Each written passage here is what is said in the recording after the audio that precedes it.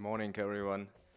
Uh, I will use such a possibility to start this meeting first, and dear members of Baltic Energy Market Interconnection Plan, high-level group meeting. As you have seen in the invitation, it should be that Dzintars Kaulins should have been co-chairing this meeting, but unfortunately unpredictable circumstances occurred and Dzintars will not be able to join here.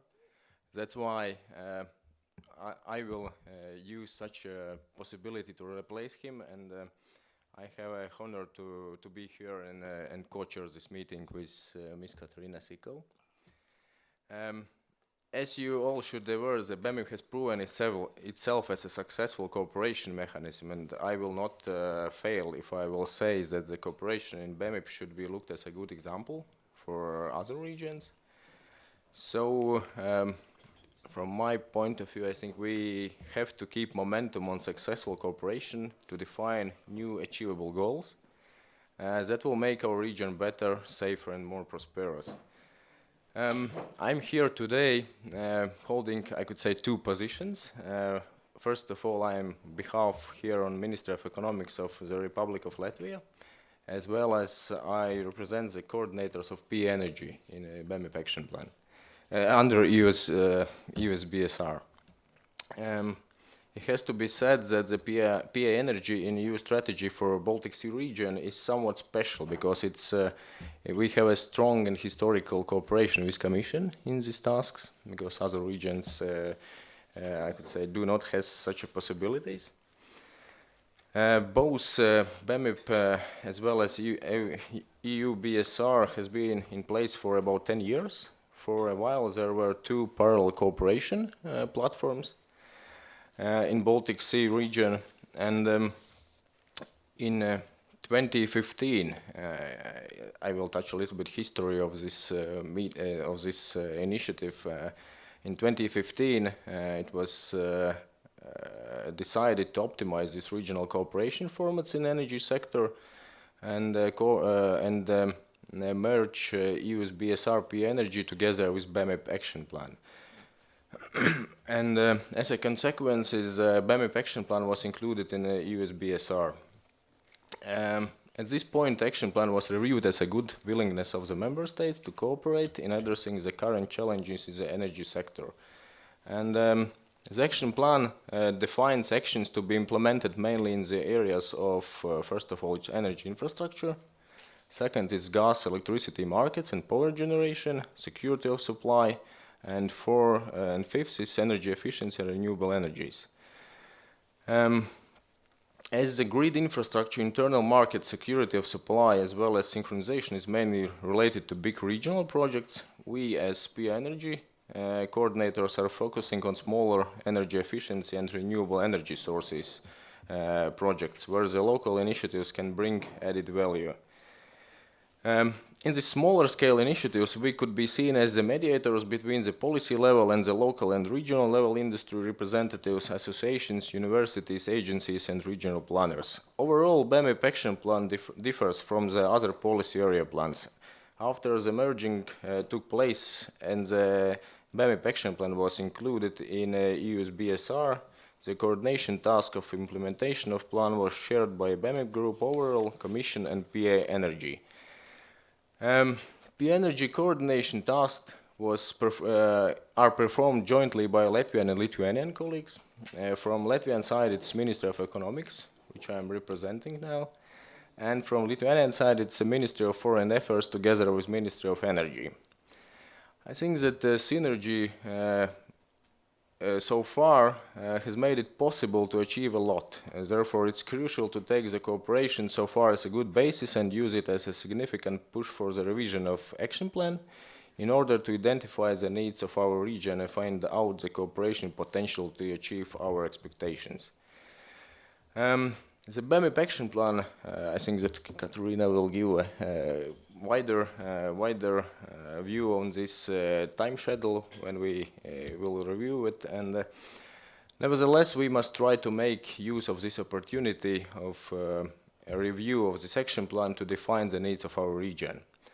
And from my side, at the end, I will say that in the spirit of this positive and promising further cooperation, I would like to pass the floor to Ms. Katarina Sikov. Thank you very much, Edis, indeed, for the introduction, and also thank you very much for hosting us in Riga today for this meeting. It's very nice to be here, and weather is really nice today. So I will comment on the background a little bit, and then we'll come to the agenda in a minute. So, as Edis said, the BEMIP is the most advanced regional cooperation structure that we have in Europe in the area of energy. It was launched in 2008 already with the aim of making sure that the new EU members, Baltic states in particular, which were a full energy island at the time, would be rapidly integrated into the energy market, both physically and then also from the market side. A lot of good work has gone into BEMIP, and it has clearly shown its added value as a platform for bringing people together and cooperating together to solve issues and challenges that we see in the region, as we see in all EU regions in a way, to advance fast on the aims. So based on this good practice, then in 2015, on the next slide, we decided then together with all the countries concerned to take these good examples and the good ways of working in the infrastructure and market side, also to other areas of cooperation, namely secure to supply, energy efficiency and renewables, were the new areas that were brought into the cooperation in 2015. So in this time, the high-level group then agreed on a revised memorandum of understanding, which deepened and enlarged the BEMIP cooperation to these new sectors, and an action plan that gave objectives and measures with timelines for all the areas, including then, of course, infrastructure and markets. At this moment, when the cooperation was both deepened and enlarged, it was agreed then to merge it fully with the Baltic Sea strategy work. So in order to build on the synergies that we can have between the two exercises and take the best out of both structures. And it is, for the time being, it is the only region where we have the regional cooperation in the proper energy sense merged with the macro-regional strategies. And we believe that it is a very good way of cooperating, and have also made these points to the other parts of Europe, where this may be a bit more challenges, because in the Baltic region, these two cooperation frameworks are geographically overlapping, so it is easier to bring them together than in other parts of Europe, where you have, for instance, Alpine cooperation as one, and it does not link with any of the regional cooperation frameworks we have in energy. Then on the next slide, you see photo.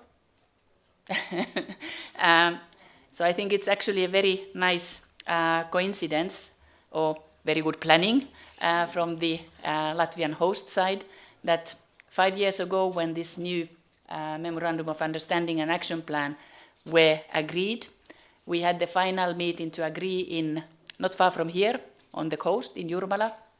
And you can see, as far as you can see the photo, there are many people who are around the table today.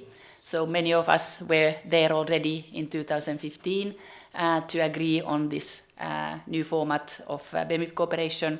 And then, of course, it's also good to see that not all of us are here still, because it's good to have new people around the table as well. It was, the meeting took place, if I remember correctly, around May. So the weather was as nice as today, but a bit more warmer. So really beautiful place if you haven't been there yet, I recommend it, by the way. Okay, then we can come back to the action plan revision. So the action plan, as was said, was agreed in 2015, so it is of course high time now to look into it to see, on the one hand, how many of the actions we can tick away, or how many of the actions have been completed, and what then next. So what we should then launch today, based on the policy framework that has been recently agreed. So all the new targets we have now for the carbon reduction, energy efficiency and renewables, how to bring those into the BEMIP action plan, and what regional country level targets we are working with. Of course, we have received the national energy and climate action plans, which are the basis for also then bringing the relevant parts of the actions to be implemented into BEMIP. So normally the challenge should not be too difficult in this respect. What I also would like to emphasize is that it is also now timely to start preparing for the programming of the new financial period of the EU, which starts then in 2021, and in particular all the actions that can be funded through the regional funds, and there of course energy efficiency and renewables, which often happen at the local level, are key candidates to be put in the action plan and ensure that the adequate financing is then earmarked from these funds. In parallel, the macro-regional strategy, as it is said, is also being reviewed. And the macro-regional strategy, of course, covers all sectors in the region, energy being one of those sectors, then that's our task here. So what we want to do today is to kickstart the process for this review and revision of the action plan. So we have prepared an agenda where we go through the different sectors of the energy cooperation. We take stock of what has been done, where we are, so what is the state of play, and then have a discussion on how you see then the challenges for the next, let's say, 5 to 10 years, and how we can then take this forward. In the next meetings, we will then start really looking action by action, so to go into the concrete measures and targets that we want to agree jointly in order then to be ready by the end of the year when the macro-regional strategies have to be revised. So that is our ultimate deadline, and we will then be working quite intensively between now and the early autumn in view of then adopting all the necessary documents, possibly a revision of the Memorandum of Understanding as well, so that we are ready when the macro-regional strategies are also being adopted. So this is as a way of introduction. The agenda, you have seen it and it's in front of us. We just suggest that before going into the energy efficiency point, we briefly introduce the national energy climate plans from what we have seen. But are there any, before going into the agenda and the subject matter, the first question is, are you fine with the agenda, or would you have any issues you would like to amend in the agenda? No, okay, but then let's have a rapid tour de table so that everybody knows who is here and which organization you represent. Shall we start with Germany? Thank you very much. My name is Louis Schulz from the German Perm Rep in Brussels, representing today our Ministry of Economic Affairs and Energy, where I used to work and where I will work again after returning from Brussels. Thank you very much for the invitation and organization of this event. We think it's very timely, and it's a good point in time to check on the action plans, and also to check the synergies with other fora, and to see where we have maybe already started to double the work and separate it again. So really focus on what we need to do in this group. And yeah, I think looking forward for today. Thank you.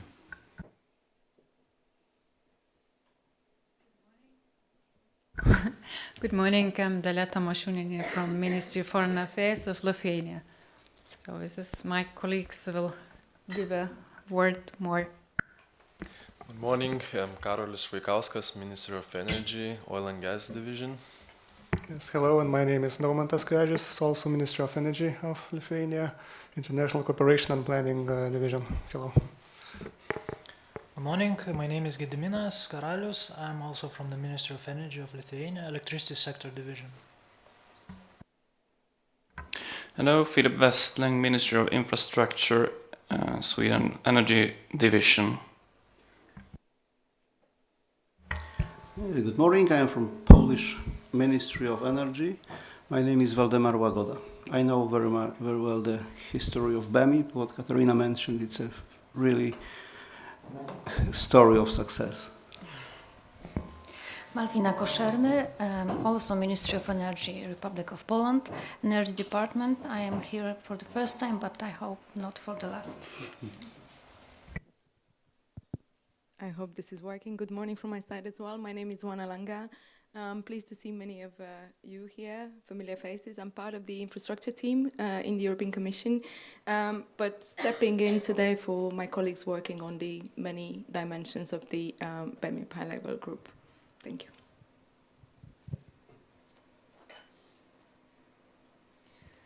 Hello, my name is Madar Zvirekzdinja, and I'm a representative from the Ministry of Economics of the Republic of Latvia, and I'm also the EU strategy for the Baltic Sea region policy area energy coordinator together with my colleague Edis.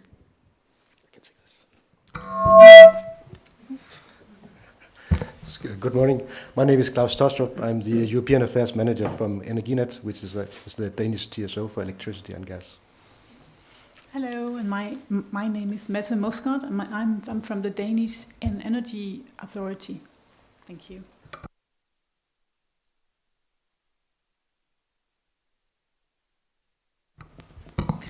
Hello, Tina Malta, Estonian regulator.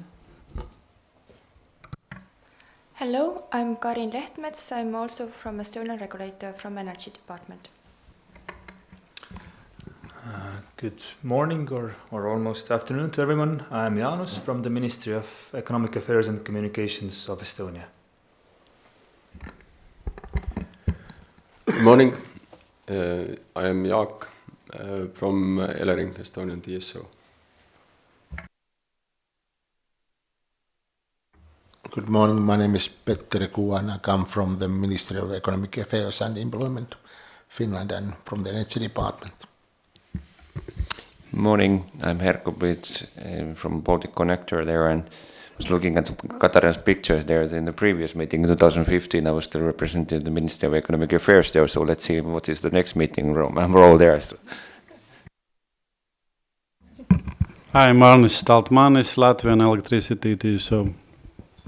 Good morning, my name is Angela Peterson, representing energy. Sustainable Energy Department in the Latvian Ministry of Economics. Good morning, everybody. I'm Dats Zilderman, and I'm representing here the Ministry of Foreign Affairs of Latvia. Yeah, good morning. My name is Zana Kotana, and I'm representing Gas TSO and also a storage operator in Latvia.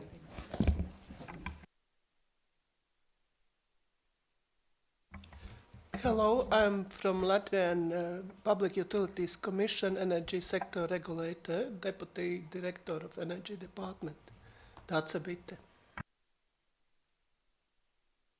Okay, thank you all, and very welcome. So as we could hear, the participants to the BEMIP cooperation represent ministries, typically the Energy Ministry, but often also the Ministry of Foreign Affairs. We have transmission system operators, regulators also here with us, and these are of course all the key parties to the cooperation in all the areas. Okay, let's then go to rapidly to the additional agenda point. We give you a state of play on the national energy and climate plans that we have now received from all member states. So Oana will give us a brief overview. Thank you, Katarina. I'll keep this here. Well, no, I can't. I have to hold it. We thought that before going into the in-depth sort of stock taking and state of play on the BEMIP action plan, that we can give you an update on the NECPs, so the abbreviation that we use in case of the energy and climate plans, because we thought it's highly relevant for our discussion today. We know that we have sent this save the date and invitation just a short time ago, but please feel free to interrupt and ask questions, and let's take the opportunity of today's meeting to have a real discussion and prepare for the next meeting on the action plan. So as Katarina mentioned, we will shortly speak about the NECP. So as you know, the regional cooperation has a key role in the preparation and implementation of NECPs. The idea behind it is to facilitate coherent long-term policy planning of energy and climate policies, but also to ensure economies of scale to achieve our policy targets. The idea is also to give the right signals to investors and ensure that the investment needs are met in order for us to achieve our targets. Regional cooperation is already ongoing on the NECPs in various formats. A best practice example would be the cooperation of the Baltic states in developing common technology scenarios by looking into the changes required to meet their climate and energy targets by 2030. But also I want to take advantage and also name the North Sea Energy Cooperation here, because they're one of the most known well practices by way of developing concepts for potential joint wind offshore projects. The message that we would like to pass is that we want to invite the BEMIP member states to take the opportunity of this format and ensure that they review the relevant parts of their draft NECPs and try to explore synergies at the best way possible. Another area that's maybe not that sort of covered by the BEMIP high-level group, but highly relevant in terms of cooperation, is the research and innovation dimension in the NECP. This is quite important in with regards to developing cooperation and cross-border projects in low carbon technology development. We will give you a brief state of play on the NECPs. We confirm that we have received the draft NECPs. The Commission has received them, and their assessment is currently ongoing. As I've mentioned, the NECPs are an important tool for us, for helping us reach the 2030 energy and climate goals. So it is absolutely crucial that they are sufficiently comprehensive, forward-looking and coherent across all policy areas. As the next step in this process, we will issue recommendation by the end of June. And in case the overall level of ambition is not satisfactory enough, we will, where needed, issue specific recommendations to member states on the basis of the assessment of these plans. You have here a bigger, a more obvious timeline of the next steps, and we want to just reiterate that it's our firm intention to continue working with the member state in the regional cooperation format, so we can ensure that the NECPs are comprehensive and then we can collectively meet our target. That was just a brief update on the state of play, but of course we would be happy to then take questions if you have any. Maybe it's worth saying that as I mentioned before, we're stepping in today on the what our sort of policy coordination team is doing within DGNO, but we can take your questions back, and to the extent possible, we can even have bilaterals on these issues. Anyone would like to take the floor? Comments? Thanks, Ona. Anka. Ona. Sorry. Yeah, Finland, please. Thank you. Perhaps more information points. So we are the coming EU presidency from the beginning of July, and we have plans that this communication from the Commission would be discussed in the Energy Working Group already in July, and then in September the Energy Council then could have discussions with the ministers concerning the plans. And of course the discussions will be focused on what will be the result of the Commission's evaluation. So if we are not, it seems that we are not coming to the targets, then it perhaps more focused what we should do then. Thank you. Thank you a lot. Thanks a lot for these clarifications and clearly important milestones. And I can confirm that we are, all colleagues are working very hard in assessing the national plans and looking at whether the targets are met and whether the measures introduced will then deliver the targets that are there. So then in June, it will be then our views on the draft plans. I think what we, for BEMIP, what is important, and the timelines fit actually very nicely, is then to take what these discussions then in the Energy Working Party, and then more importantly, of course, from the Council meeting, brings us, if need be, additional ambition.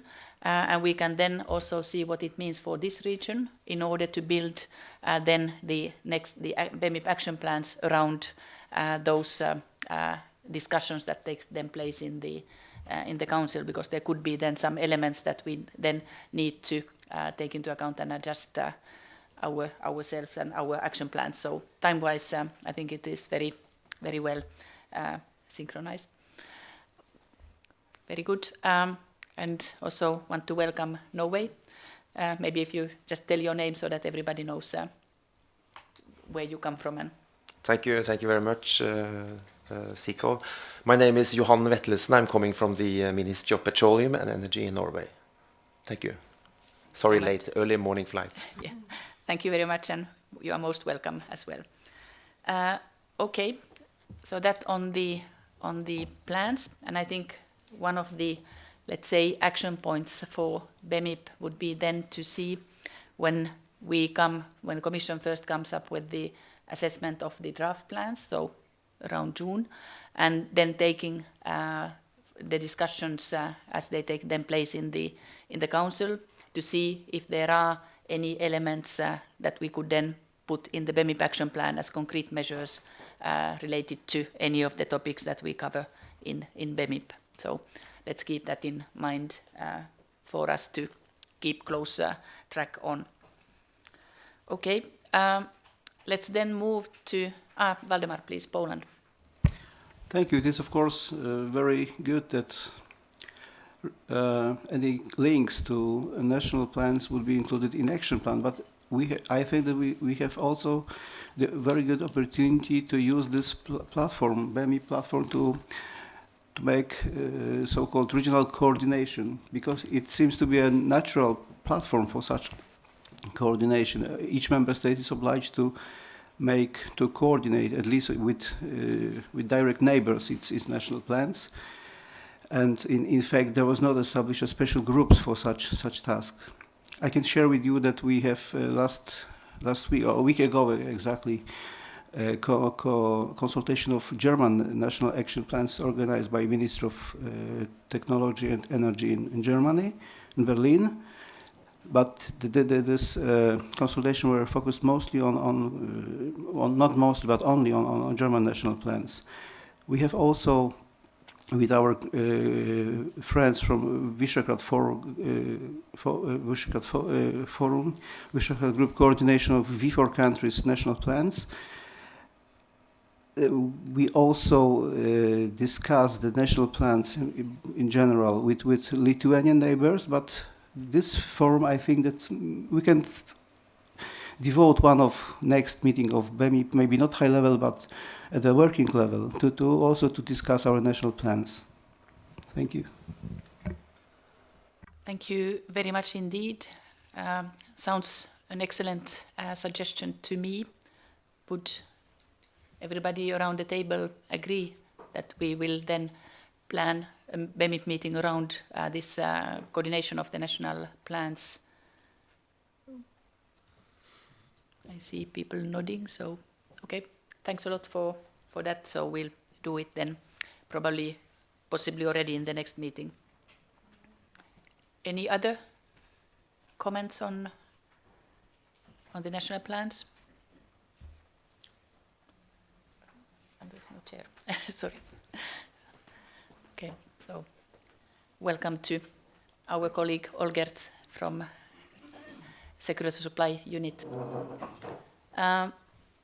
Okay, let's then move to the energy efficiency point, and I think Oana very briefly introduces, and then Madara will explain to us on the Baltic Sea strategy flagship. Thank you, Katarina. So you stuck with me again. We will try to be very short because the idea is to hear from the Latvian colleagues on what they've been doing on the energy efficiency dimension. We thought we could bring forward to you a few areas for cooperation that we as the Commission have identified. We think that, of course, the NECP, as mentioned before, could be a basis for a discussion, so cooperation within the preparation and implementation of the national and energy climate plans can serve as a basis for coordinating measures in the energy efficiency field. Also, another opportunity would be the preparation of the long-term renovation strategy to decarbonize the building stock by 2050, whose key elements have to also be in the NECP.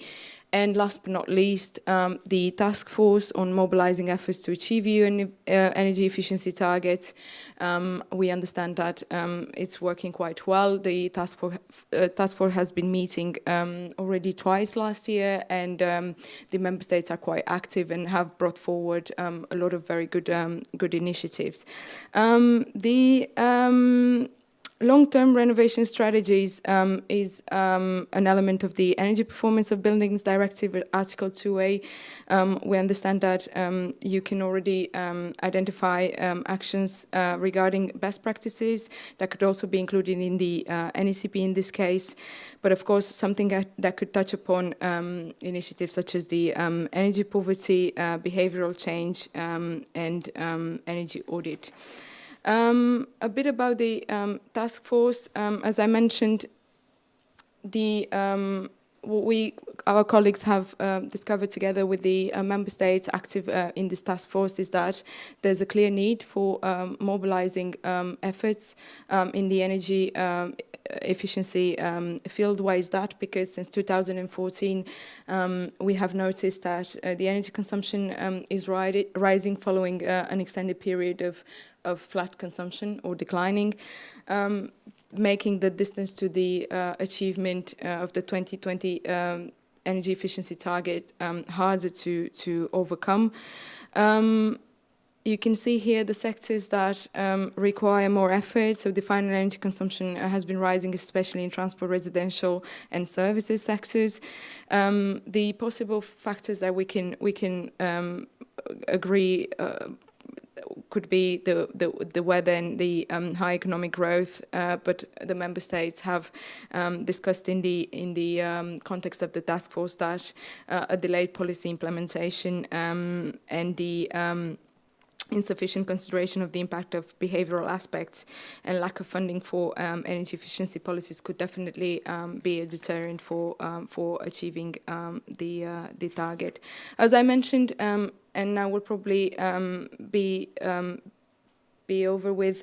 The task force has been meeting and has been discussing a lot of initiatives. Ideally, there could be synergies between the work that the Latvian ministry is doing and the initiatives discussed in the task force. So everything can then fall into place. The next meeting will be somewhere in June of this task force, and the way forward, as it was agreed, was to work on three first initiatives. First of all, to ensure the full implementation of the existing legislation, especially the Energy Efficiency Directive and the Energy Performance of Buildings Directives, putting in place additional measures at the national level to address the gap in the case where member states haven't done it. So, and of course, support by the Commission in terms of the capacity building for the public sector and promotion of the best practices.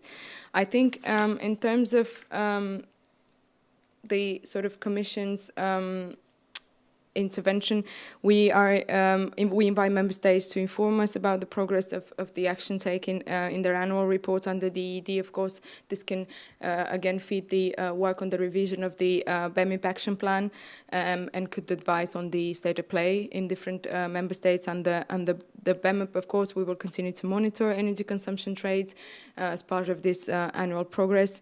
And in July 2019, the next meeting of the task force can talk about stock taking. Of course, if the Eurostat energy consumption, the new figures, estimates are available. I think this is where ideally we would give the floor to the Latvian ministry to tell us more about the very practical implementation of their flagship projects and their work under the PA energy efficiency. Thank you, Anna. Yes, as Edis already said, we are concentrating our actions more on energy efficiency and renewable energy. Up until now, we have been more concentrating on energy efficiency, though. Even though we have organized regional events on renewable energy as well, perhaps you've been to some of them here in Riga. But more about energy efficiency. So as we see our role as the mediator between the industry sector, the businesses and associations and local level stakeholders, between the policy level as it is BEMIP member states, we saw that there is a gap that we could fill in.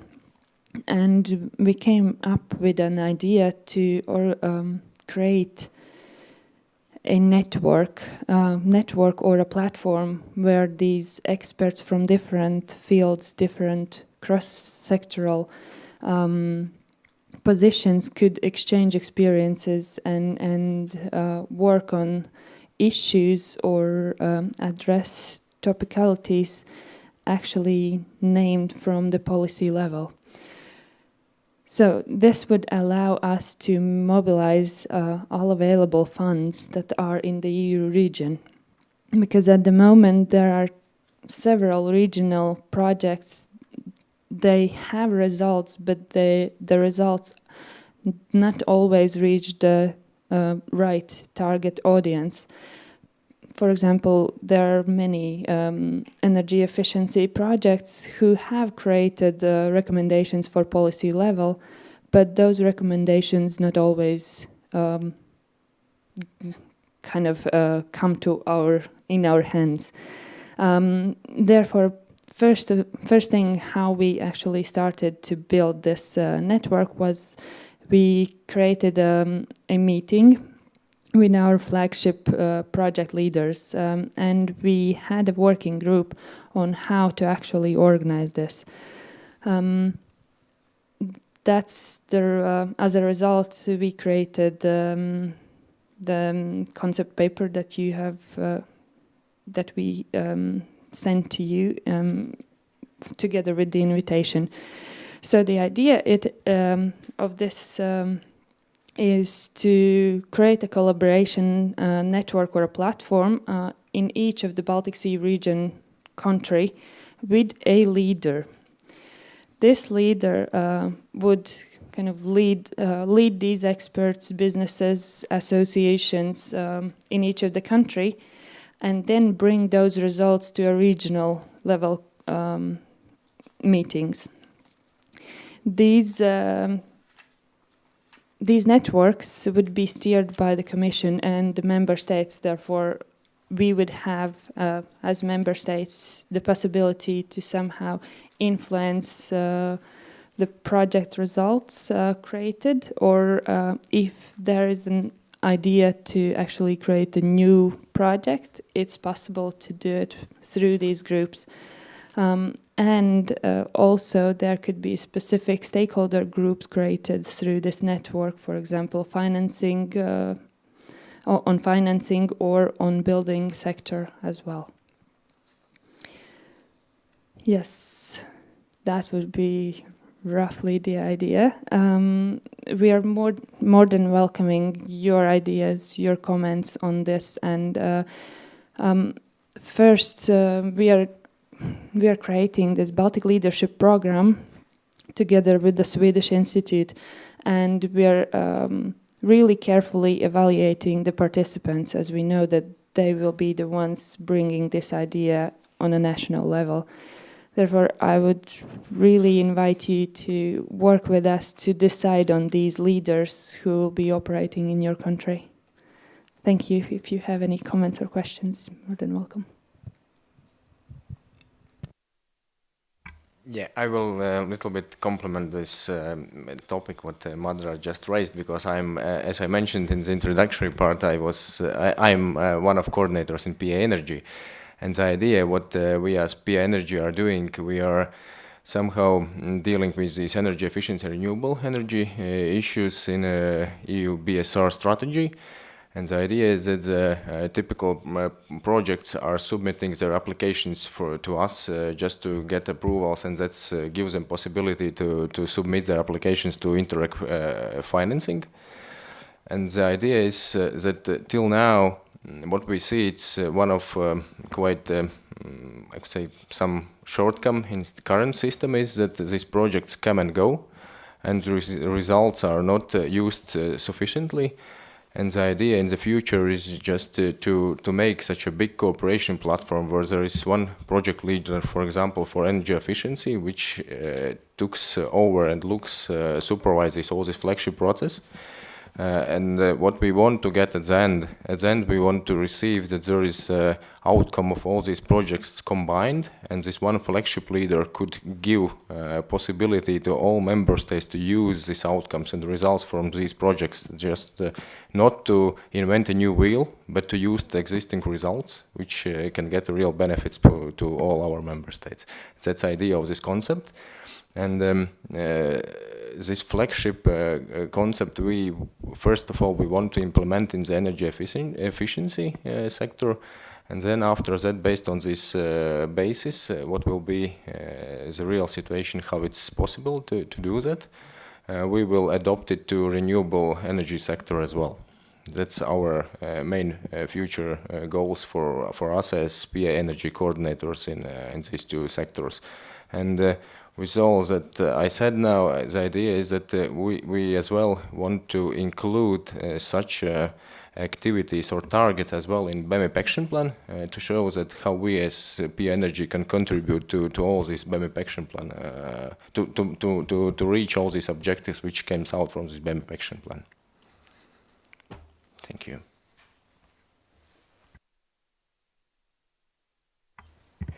Thank you very much indeed. I think it is really an excellent initiative to bring actions that can be very local in nature, be it then in energy efficiency or then also in the future in renewables, and the flagship, so that there is continuum and there is also knowledge. It's basically institutional memory being put in place so that all the different activities that do take place in different countries are then seen in the context So I think the initiative and the approach is really useful and good. But then I open the floor for discussion. How do you see energy efficiency in your countries, and how we could then bring the initiatives you want to do in your countries into the cooperation framework of the flagship? Estonia. Yes, thank you. Yeah, I mean, very good initiative. I actually first have a question. How have you thought about financing these leaders? But we can talk about it later. So obviously everyone in European Union has a problem with energy efficiency. Like, I'm not sure whether any member state is well on track with their targets. Maybe there are. But having these local, and we have the discussions on the EU level, but having local groups is more significant because the regions are different. So I mean, we need heating, Greece maybe not so much, but they need cooling. So maybe it's better to discuss solutions in regions that have similar climatic conditions. So that's definitely good. I think the main benefit we would like to see in the beginning from this flagship project would be just to understand what others are doing to fulfill the, well, let's say, Article 7 obligations and have a similar solution. So in our case, a lot of our obligation is fulfilled by differences in the taxation. So there's this EU minimum tax, and then we have much higher, and then somehow it converts to energy savings. I don't know how. It's someone has calculated it, but that won't get us till the final goal. Plus, everyone wants to lower the taxes. So so it would be great to see how others are doing. So from our side, we have a good initiative. Besides taxing people, we have a housing renovation support mechanism. So that's about 25 million per year subsidy for the block of flats. That has been going on for over 10 years, and it's quite popular. So the last 100 million ran out in actually 2 years in applications. So they thought it would last for 7 years, but then, well, there are more applications. So about 25 million is something that can be invested every year, and then that's about 30 to 40% of the investment. So then you get the full renovation. So that's something we can share upon. But maybe there's something else we can do. So yeah, looking forward to moving on with this. Thank you. Thank you very much. Other member states? Yeah, please, Latvia. I will tell you some words about the state of play with our targets now and what could be the further cooperation. So on energy efficiency, according to 2016 data, Latvia is quite behind the schedule to achieve our 2020 binding energy saving target. We expect significant improvement this year because energy efficiency law was adopted only in 2016 and now it is fully operational. So, but still further steps shall be accomplished this year, including work on review of energy efficiency obligation scheme, which started in 2017. So on renewable energy, with 39% in 2007, Latvia is well on track. But on March 26, our national government decided not to abolish the current mechanism for feed-in tariff, and it was contrary to call made by Parliament on January this year. So we'll see how it develops in the future. But the transport sector is really a challenge, and reaching 10% renewable energy target is very difficult. Because in 2017 we managed to achieve only 2.4%, and we still have to adopt transport energy law, which is submitted to the parliament. As concerns ideas for further cooperation in BEMIP frame, there could be future cooperation with the BEMIP as a basis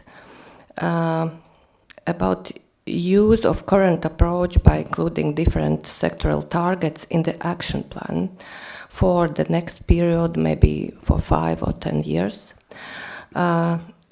In regard that the good coordination between the BEMIP and action plan and national energy and climate plans shall be facilitated.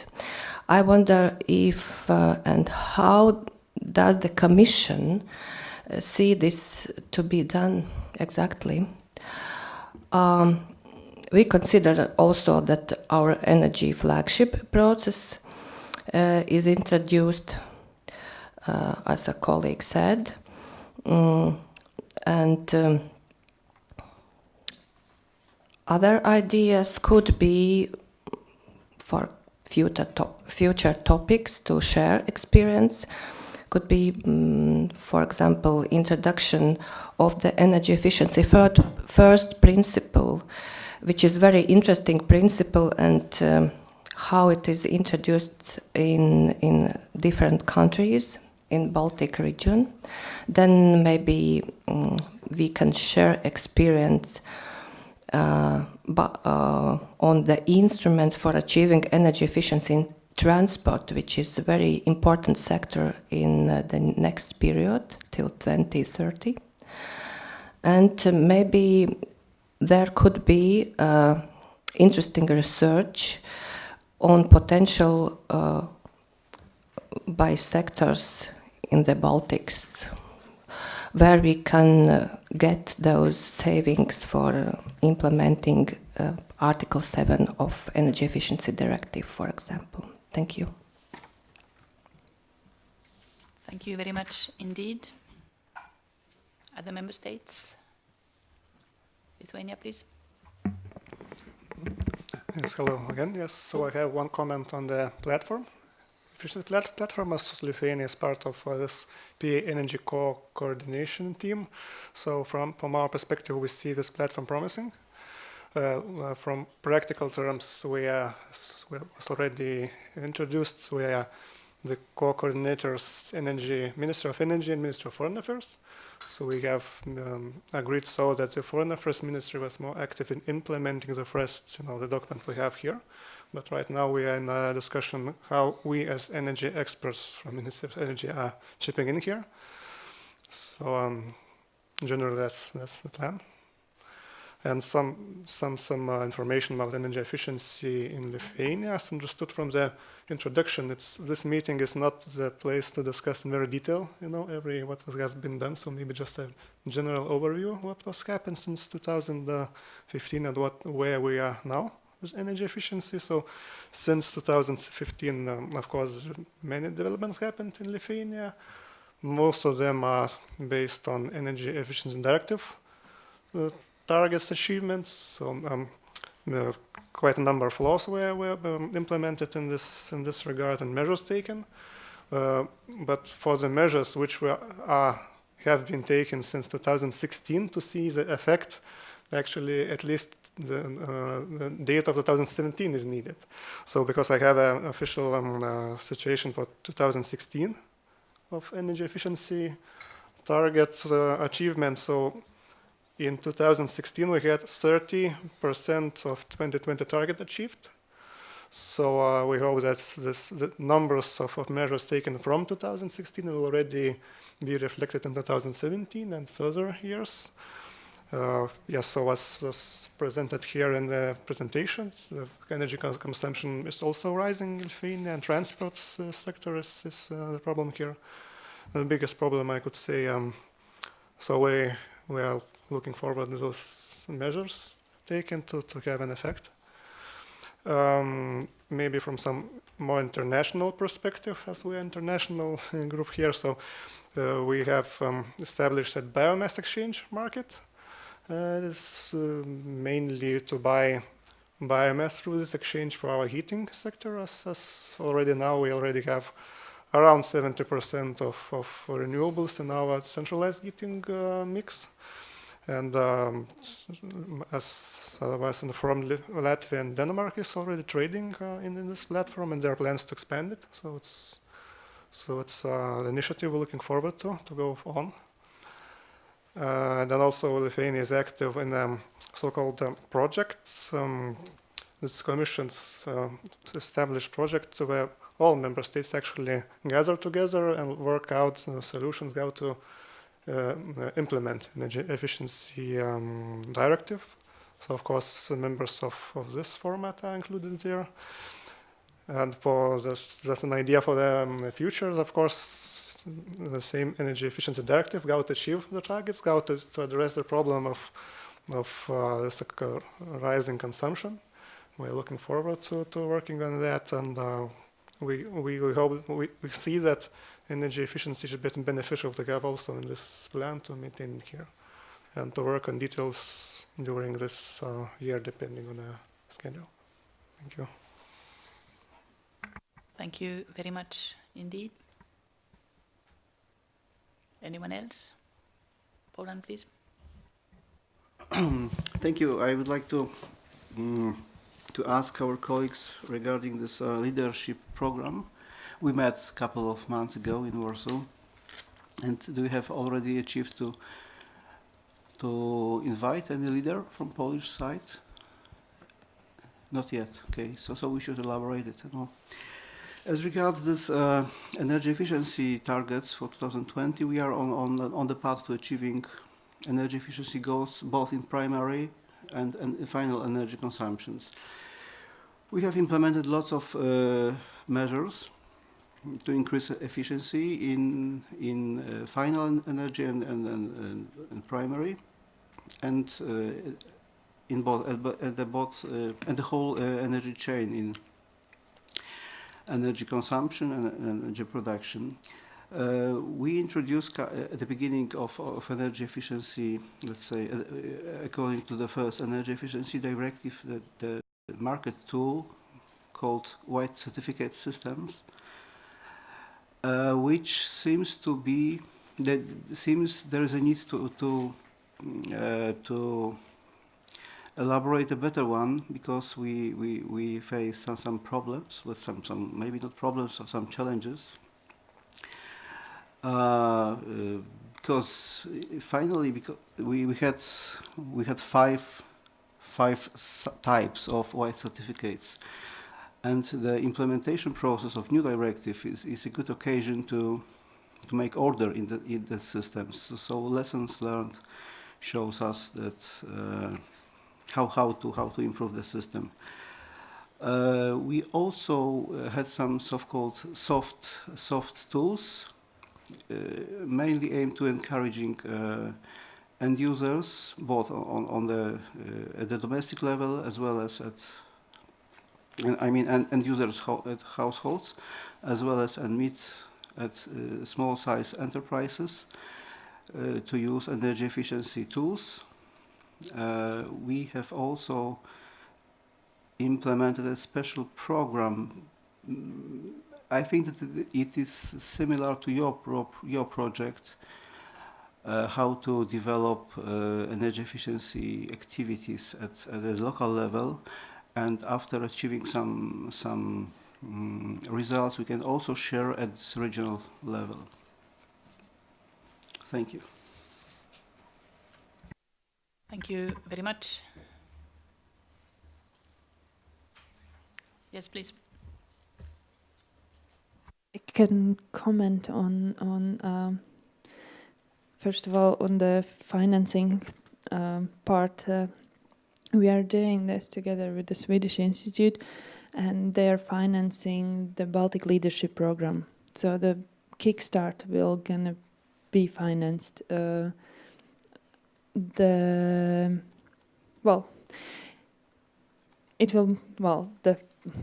first part will be financed. The meetings will be financed, not the accommodation and travel costs, unfortunately. But afterwards, after this program, which is going to be in 3 modules, first one will be getting to know the state of play. Second part will be kind of starting to generate ideas, and the third part will be where we actually develop and deliver results.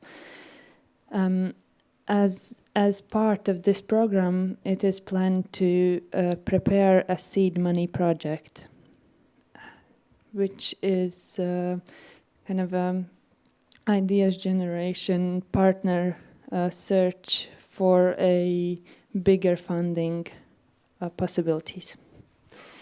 And partners, we are taking it rather slow because we want to be sure that we are choosing the right leaders in the country, and they have to be able to develop this platform in each member state. Therefore, the capacity and the will to do it is really important. Thank you. Yep. Thank you for information what you all give on the energy efficiency flagship issue. Short additional information on this issue. We are together with horizontal action capacity under EU SBSR. We are working towards to find out these financial solutions and different funds where we can get this information for these different projects. And now we know that there is some Interreg financing funds and so on, and we are working toward to find maybe some more solutions together, and maybe in future we will come out with such information where can we get and finance these projects. I heard the very useful and interesting information for Estonian and Poland and Lithuanian practices, what you get, and these good examples. And the idea under this flagship process is quite similar to what you mentioned.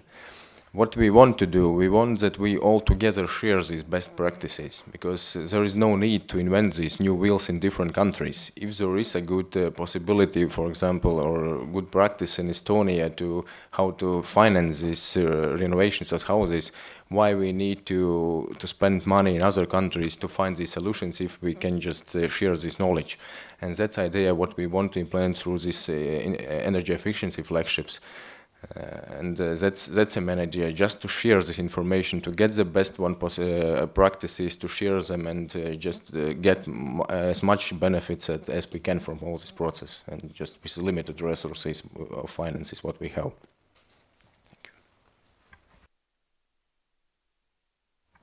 Thank you. Any further? Yes, please. No. Yes, sorry, I forgot one. I will give a very short sneak peek in one platform where we are participating now. I don't know, there is 5 countries, I think, or projects from 5 or 4 Baltic Sea region countries. We are participating in such a project platform initiative. The idea of this platform initiative is that we will use the outcomes of different energy efficiency audit results in different countries to find out such a common tool where every country or every I don't know who wants can use these results just as an example and the practice, do not to spend the money to develop a new one. For example, if you renovate one new house in Estonia, maybe the same project could be used in Latvia as well. And that's the idea. Through this project platform, we want to share this information together with, if I'm correct, Sweden, Latvia. Madra will just give some additional information, because I know that some of these countries, but I could be missing some of them, and Madra will list a full list of these countries who is participating in this project platform. Yes, so the project platform name is Climate Adaptation and Mitigation Synergies and Energy Efficiency Projects. So there are several different projects involved, not only from Interreg, but from Horizon and LIVE. In each of these projects, there are several countries. Mainly in each of them, there are all eight different countries involved. In this platform, so we are hoping to, through energy efficiency and through understanding the climate change, mitigate the impact that it can have on not only buildings but on all the city as well. Yes, so it's approved now, but Interreg has some kind of clarifications needed, so it will still be changed a bit, and we will see how it goes. But I will sure let you know about the results. Thank you very much. Are there any further inputs to the discussion on energy efficiency?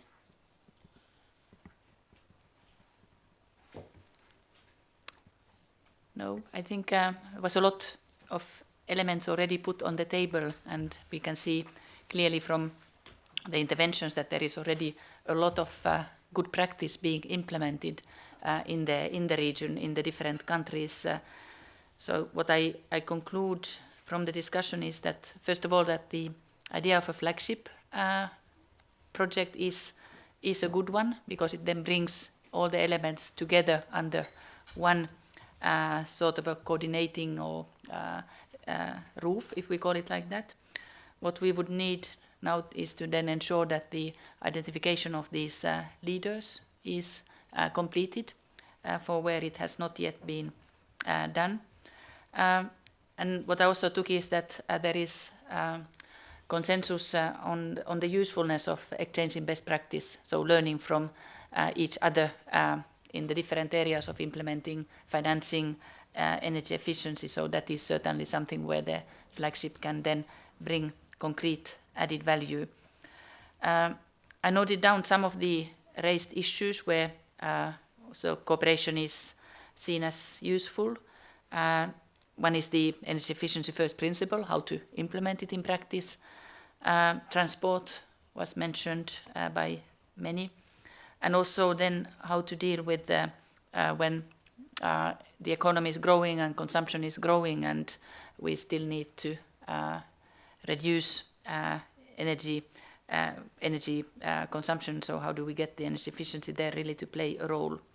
And the common element in all these threads is, of course, the financing. So how do we make sure that then there is access to financing at the best way, be it then from the more research-orientated to concrete implementation of different measures, be it then through EU support or national taxation systems, etc. So I think there is a big program of work that we can put together, where a common thread is then the exchange of best practices, and then I would also add the concrete measures and their financing as where also best practices can, of course, be exchanged. So would that be like a way of concluding this part of the agenda? Okay with everybody? Okay, Oana? And it's on. Just to say that we heard about measures. It's very clear that the member states are doing quite a lot. I think all these measures can be definitely replicated, and I don't think that the current action plan is doing fully justice to the work that you've been carrying out, and we look forward to really gather this information from you and have the new action plan reflect the good work and the good progress, and really focus on where it could catalyze and basically turn all these measures into cross BEMIP kind of initiative. So just to say that I'm quite impressed with the work, and we look forward to working with the Latvian ministries on how to put this into the action plan, being the coordinators. Thank you. Indeed, though, next time we'll put all the discussions here into a concrete framework with the targets and measures and deadlines. So already, please think in those terms. Okay, then let's then move to renewables. Did we manage to get our colleagues from Brussels connected, or will you have to do it, Oana, for them as well? Do it.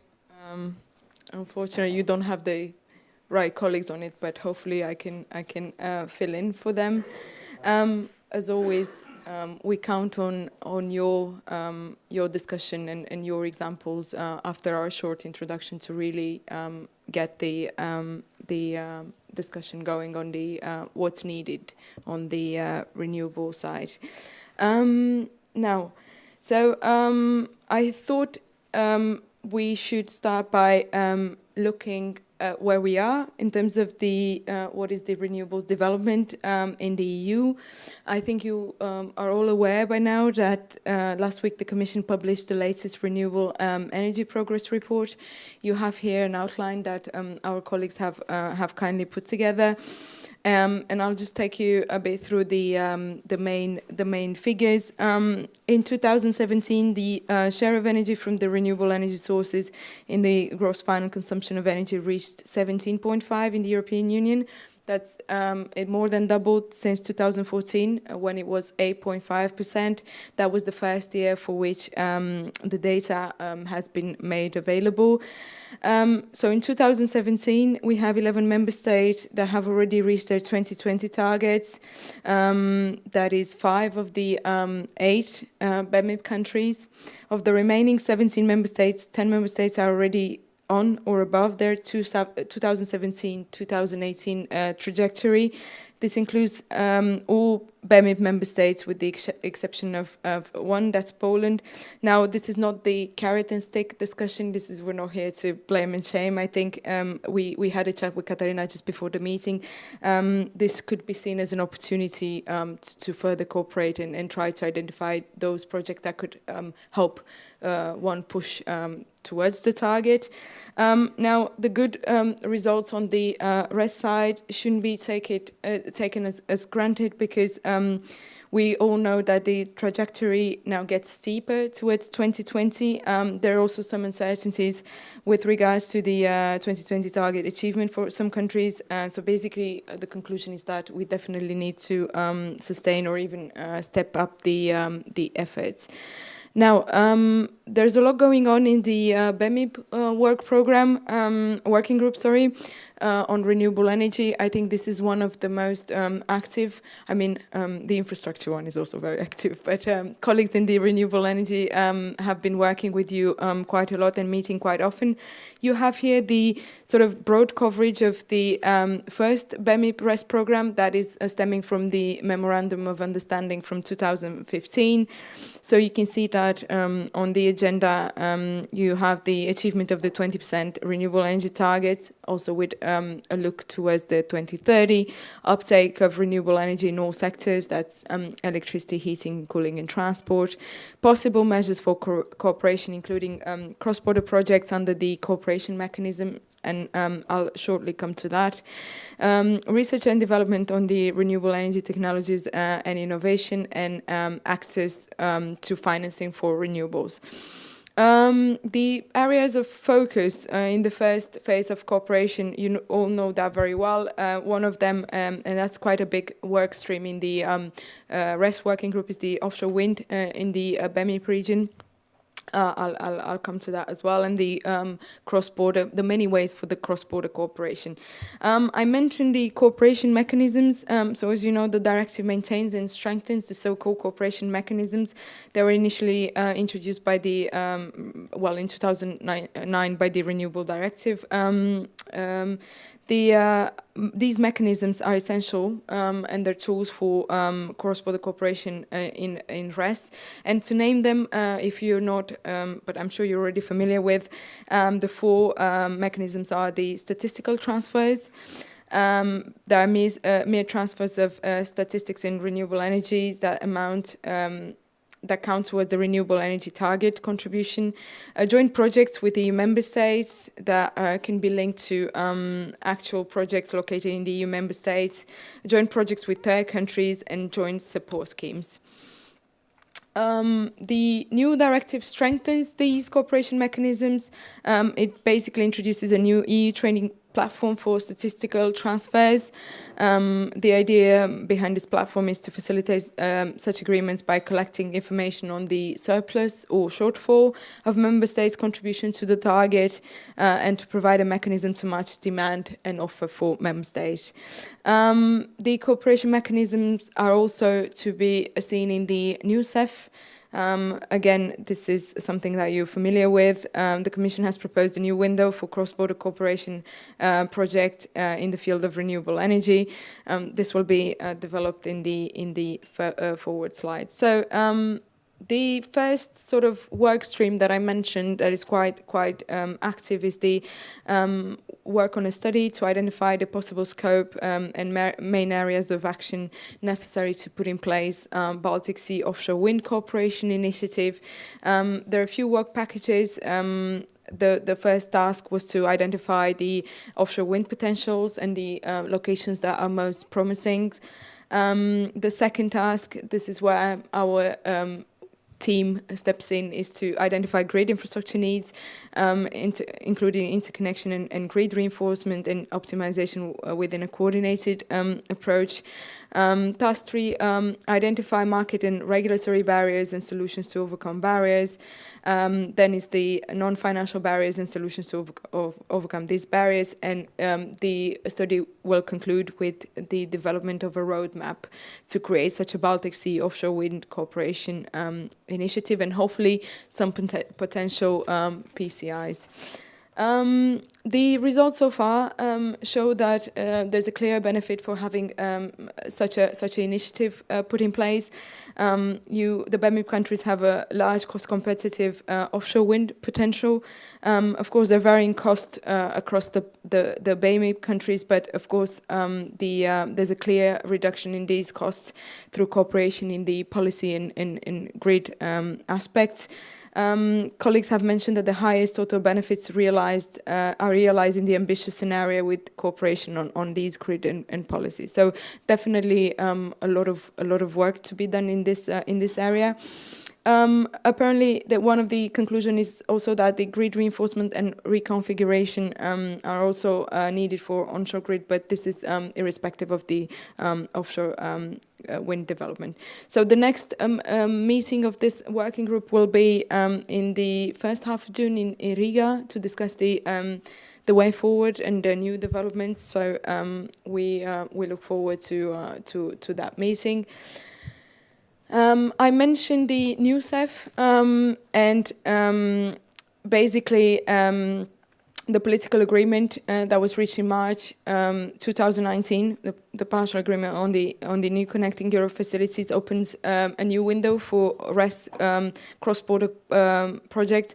So up to 50% of the energy budget can be dedicated to this type of project, subject to market uptake. The idea behind is to facilitate the RES project under a cooperation agreement between member states. Why is it? Obviously, is the political context and the energy and climate targets and the idea that we need more and reinforced regional cooperation to achieve these, and that cost-effective RES deployment and support of innovative RES technologies can only be done in a collaborative matter. How can this be done? Through technical assistance, blending, through financial support to a limited number of projects, but also as part of synergy project. I think the idea is to encourage the BEMIP member states to engage early, to build up project pipelines, and if there's one group that can do it. That's BEMIP. I mean, you all heard from both Katarina and Edis on how this group serves as benchmark for the other groups that we have. Maybe a word on the revision of the working program on the BEMIP. My colleagues have put together some first ideas on what should be done as soon as these work streams are more or less achieved. Basically, the question is then to you, what do you want to that the BEMIP working group work on and focus on in the future? We take the opportunity today to then pass the message to them and debrief them on how their action plan should be revised, but also everything that you state is food for thought in our own BEMIP action plan revision. So some first ideas, do we want to look at the market integration of RES in heating and cooling, transport, consumer empowerment, cross-border project, including opportunities under the new Connecting Europe facilities. But I might add here also the new programming of the regional funds. That could also be an opportunity. And of course, it was mentioned several times before, the NECP coordination and cooperation. You have here a few questions for discussion. Hopefully that will trigger your input. What topics should then have priority? How can the group approach the work, and what could these concrete deliverables be? I will now pass the floor back to Katarina. Thanks a lot, Oana, on behalf of our renewable colleagues. So I think there's a lot of food for thought on how the BEMIP cooperation then could be taken forward around the ideas that have been raised. And I think in renewables, I think the regional cooperation is quite a logical way to work. Maybe not always at the whole BEMIP level, but maybe sub-regional. There could be, like we have also worked on the infrastructure side, so looking at where the potential is the biggest, or in the infrastructure case where the bottlenecks are the biggest. But then I open the floor for any views you may have on renewable cooperation in BEMIP.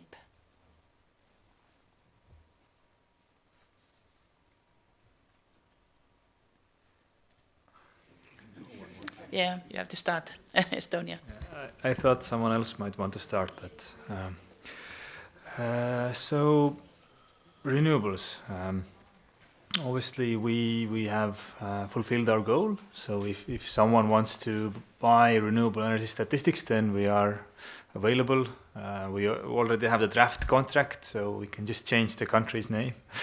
But yeah, this is one way we can help our BEMIP neighbors. And we have actually done a statistical transfer already with Luxembourg as our Lithuanian colleagues as well. So it is possible and it can be done. So the first units actually, at least from our side, went away. I'm not sure how this works. So somehow the renewables got transferred to Luxembourg. But I mean, for overall European target, that's good. So our goal has been fulfilled, and we can help others with statistical transfers. But for the next period, we are very interested in joint offshore wind parks. So we are in discussions with Latvia, but obviously open for other interested parties as well. It's a big undertaking.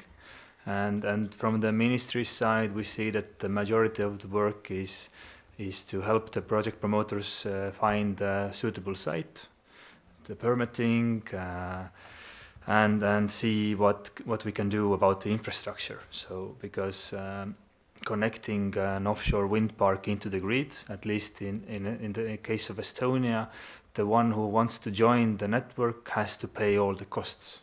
So that's a significant investment, but considering the size of our system, it is reasonable. Otherwise, our consumers could not pay for all of the investments. So I think it's similar in Latvia and in Lithuania as well. So, and there we should see how we can either maybe like do half and half of the costs in Latvia, half of the costs in Estonia, if we find a suitable place.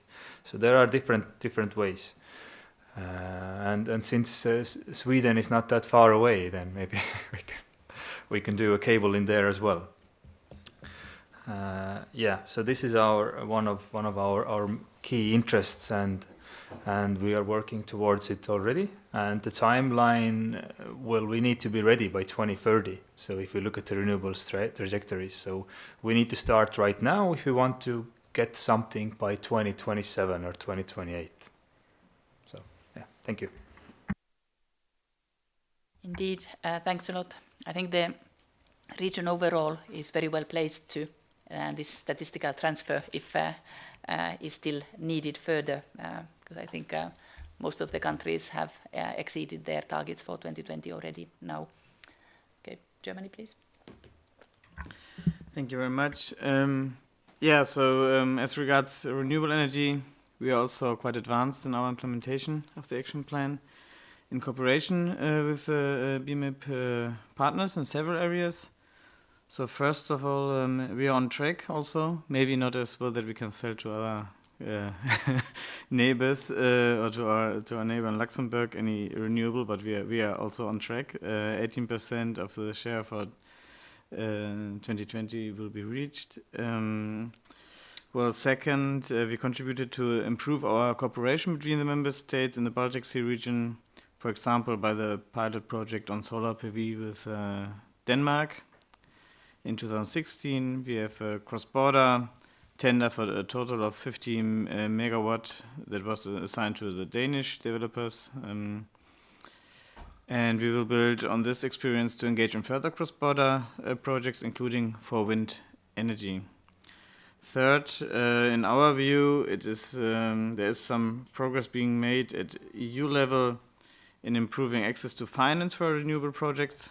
For example, by this Connecting Europe facility, so CEF will definitely improve and provide financial support for cross-border projects in the area of renewable energy from 2021 onwards. So project developers from the Baltic Sea region will also be able to make use of this facility. And now looking maybe forward, we still see potential for delivering better on the action plan. For example, so the delivering better on the action plan is one of the goals of the macro-regional roadmap. And we think that we can also cooperate better on research and development of renewable energy technologies. So what should we discuss on the revision of the action plan? So following the discussion in the renewables working group that we really would love to enforce and even take further, because we really think it's a useful discussion we have in this group, is the revised action plan should address the main barriers to offshore wind development in the Baltic Sea. These include competition for sites, offshore and mainland grid expansion, so the topics you just mentioned, maritime transport, fishery, tourism, so environmental protection, biodiversity preservation. These are all topics we should talk about and see if we can find common ways to make it easier for project developers. Furthermore, the future BEMIP cooperation is well suited to exchange and coordinate among member states. There are different issues: policy, industry policy, regional value change, technical questions, spatial planning, approval procedures. Also, the issue of acceptance is very relevant for us. So we are facing this problem in Germany, and I think maybe other member states face this too, and it's getting more and more important. So perspectively, also joint projects for offshore wind power and the development of a Baltic Sea meshed grid could be discussed. So we have some experience now in the North Seas cooperation, and we would be happy to take this experience and also make it an experience for you, so we can all base our future actions on the experience we already made there. So there are lessons learned that should be taken into account in the BEMIP. For example, there's a stepwise bottom-up approach based on the exchange of experience in smaller projects. So this can be a good first step to the overall long-term objective to have this meshed grid in the Baltic Sea. Also, and that's my last point, it will be important to take into account the different stages of offshore wind development and respective experience across BEMIP countries to ensure trustful and fruitful cooperation.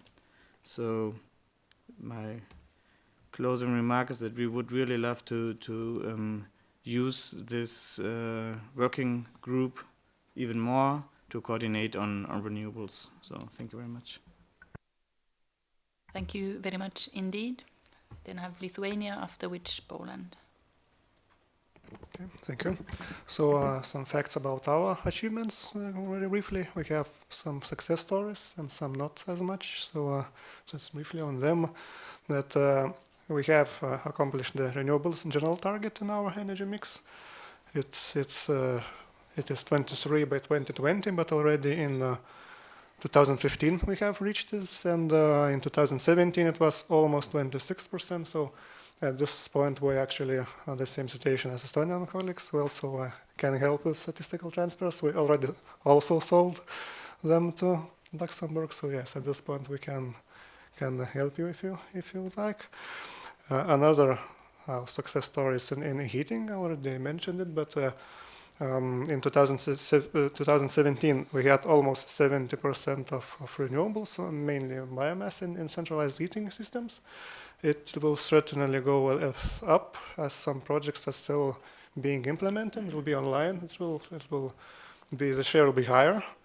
But the story where we are not very happy with, of course, it's transport, because we have a target of 10% of biofuels, of renewable energies in 2020, but in 2017 we had 3.69.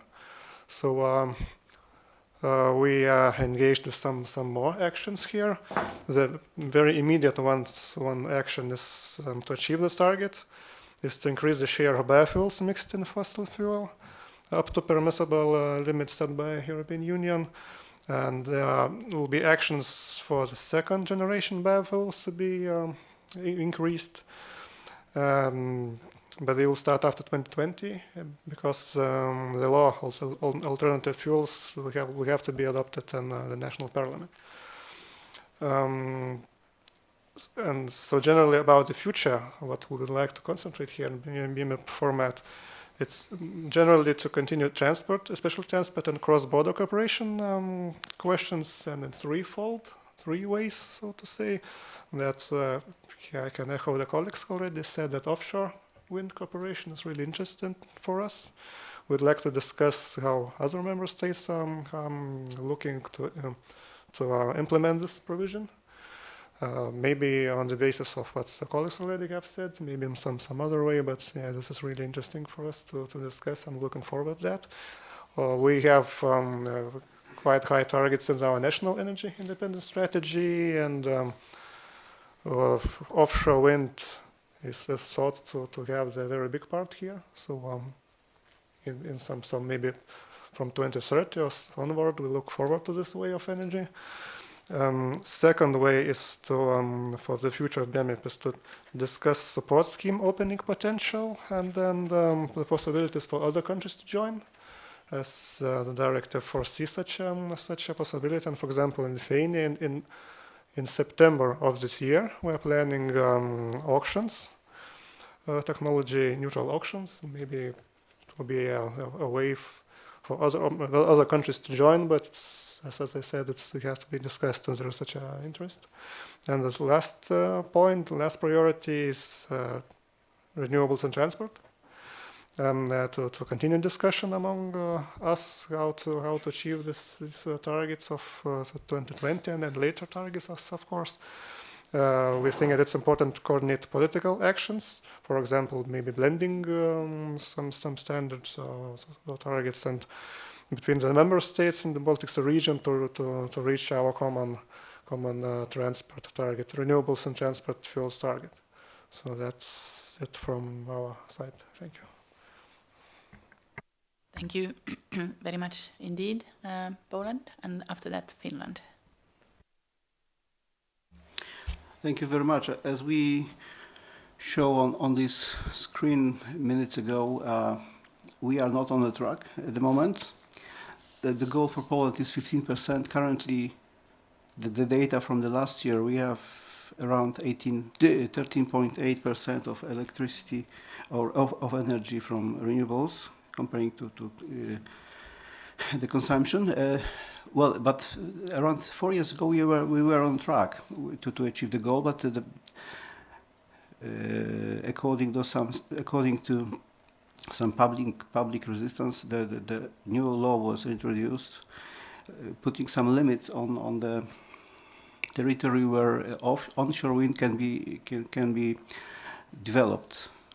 It was a so-called 10x formula, meaning that the nearest location to the human houses is 10 times per the highest of the pillar, and it limits the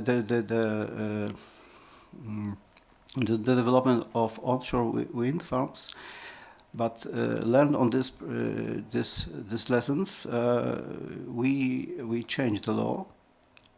It is much more liberal, and it seems that in current year and the next year the development will be much faster than in the recent period. According to energy policy of Poland, until 2040, we expect very rapid development of photovoltaics as well as offshore. Even the last year auction for renewable energy shows that there's a big interest of energy producers to install offshore wind farms. Our TSO received several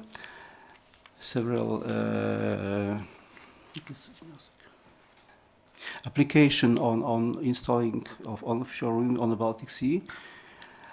And photovoltaics is also expected to develop in 1 decade. There are many reasons of such approach. First of all, is the policy of limiting emissions from Polish system, electricity generation system. Our coal-fired power plants are aging, and big amount of the generating fleet will be closed in coming years. Some of them will be replaced by the newest technology. The investment are already on track, but the growing demand will be mostly covered by nuclear, as well as offshore and photovoltaics, as I mentioned.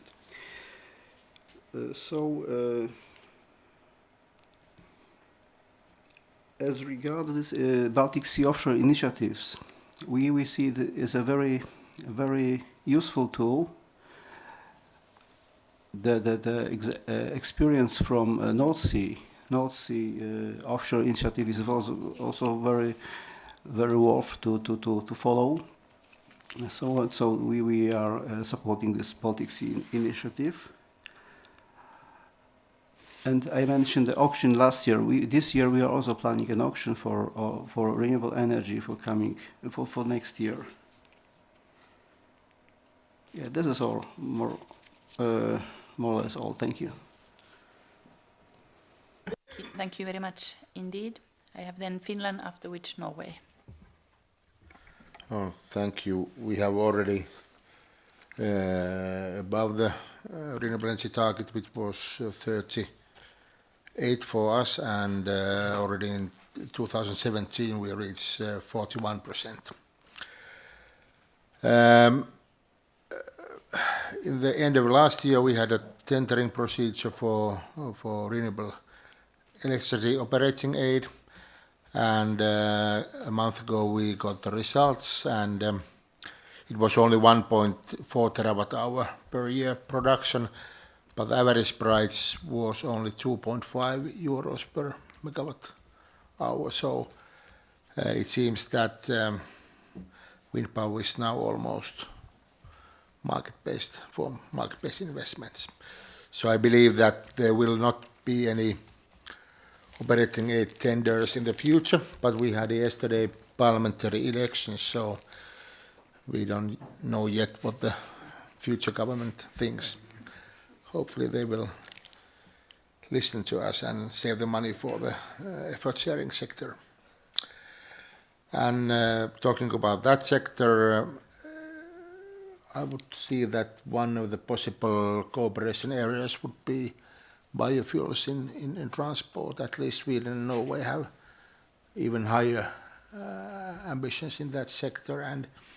And the problem is that the linear trajectory is so hard that we need to do something very fast, because biofuels can be used in the existing car fleet. Thank you. Thank you very much indeed. Norway and then Sweden. Thank you very much. Norway, we see both energy efficiency and renewable energy as a very important part of the long-term transition towards 2030, 2050.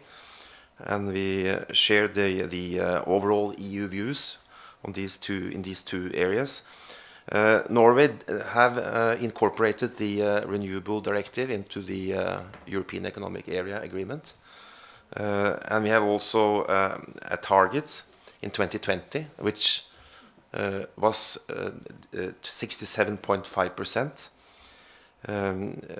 This target was overshooted, I think, in 2018 already with 69.5%, 70% renewable share. This very high share of renewables is, of course, due to the historical factors of hydropower, which constitutes 98% of the total electricity production. The electrification of transport. Now every second car which is sold, almost every second car is electric. And this is due to the special incentive systems which we have incorporated in Norway. On the top of this now, we also see an increased interest for wind energy, both onshore and offshore.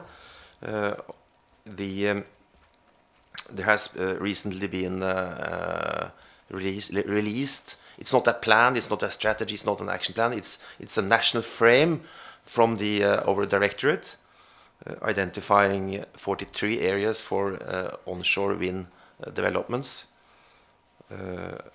which is going to be discussed and analyzed, and impact assessments and so on. The public acceptance issue is very, very strong, and we have seen recent examples on very, very controversial, very, very heated debate on the local level in Norway on this. Our industry, I mean, then I speak about the energy industry, like Equinor, also other companies, are really starting to look into the offshore wind prospects worldwide. And I think the Equinor, for instance, is active, very active now in all markets. I don't know how much they are in the Baltics, but at least they are very active, and that is of course of interest. And therefore we also look into this Baltic Sea offshore wind initiative with great interest. This study which is coming up, so it's going to be very interesting to follow. Of course, Norway is we are observer in BEMIP, so I'm a little bit careful in giving very strong opinions on in which direction you should go. But at least we think it's very interesting to look into this BEMIP, both in energy efficiency and on offshore wind. These two activities. So thank you. Thank you very much. And then Sweden. Thank you. Though I think I'll retract my wish to speak. We've got nothing to add to what the BEMIP should do next year in this matter at the moment.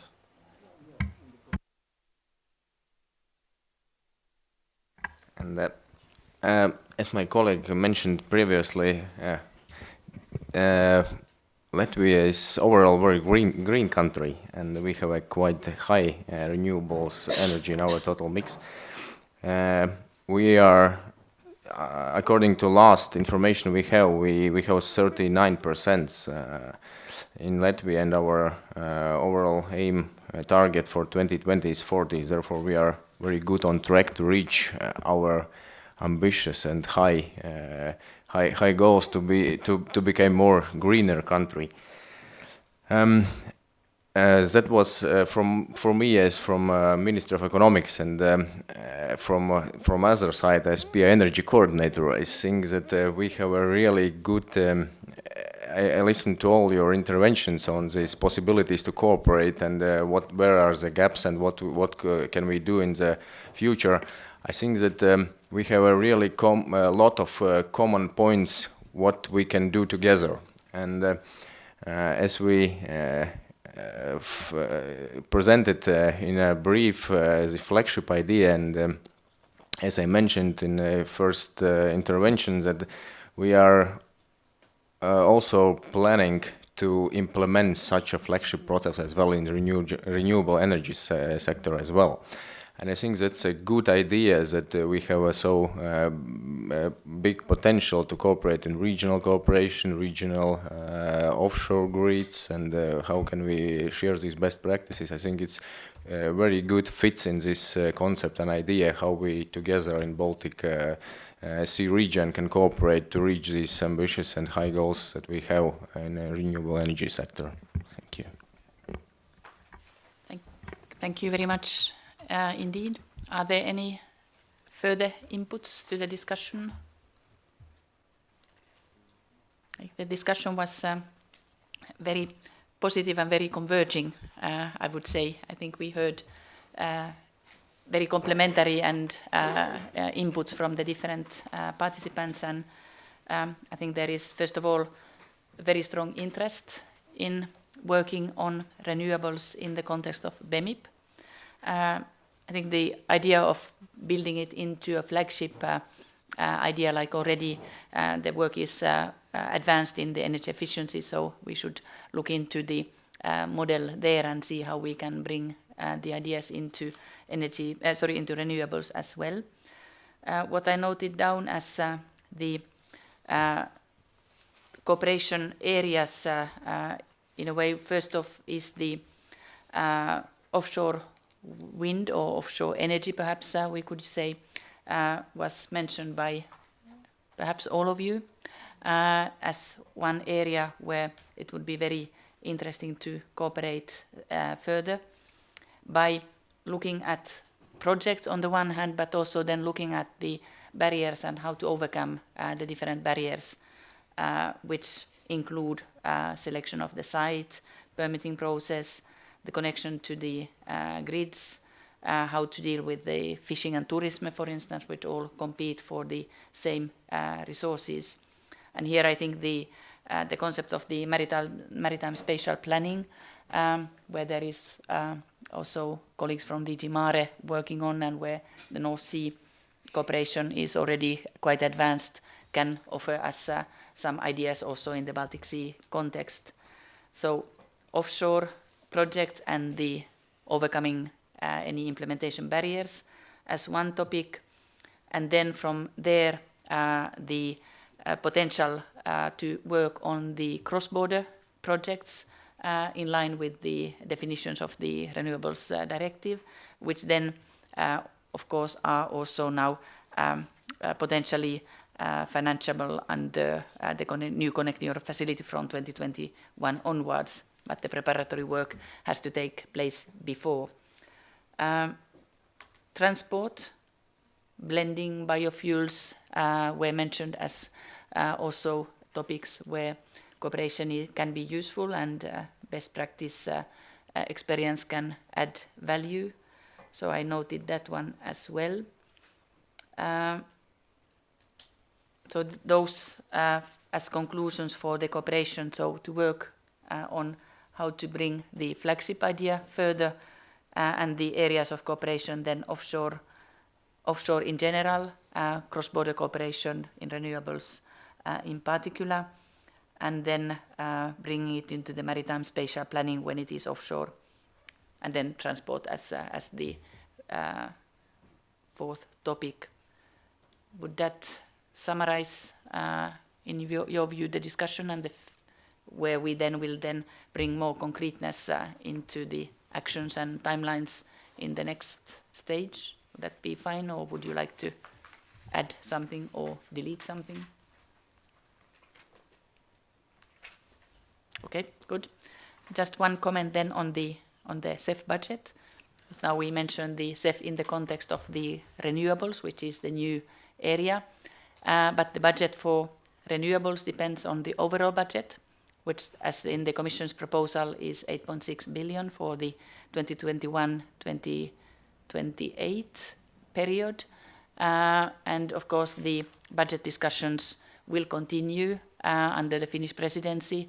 And of course, what we hope is that 8.6 billion will remain in those discussions. So I call all of you to make sure that those in your countries who deal with these MFF discussions are aware of the needs in the energy sector. So it's not only in the renewables part, but it's also in the grids part where investments will be needed beyond the current period. So please convey the message to your negotiators in this area. Okay. Then we have on the agenda the gas and electricity markets.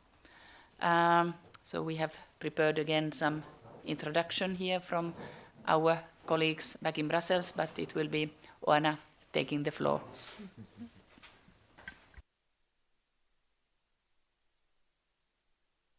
Katarina, indeed, I have a few words on the development of the gas and electricity markets in the Baltic Sea region. We're going to start with the gas market. As you know, the idea behind the BEMIP high-level group was to facilitate the development of a liberal, transparent, competitive and well-functioning gas market. It has an obvious market focus. It's the full implementation of the third energy package, including the gas network code. So that was a core work stream within this working group. There are many achievements, but still differences between the countries in terms of the progress, having some countries still benefiting from derogations under the gas directive and thus starting the process next year. So, as I said, some are much more advanced in the market liberalization and the implementation of the third energy package and the network codes.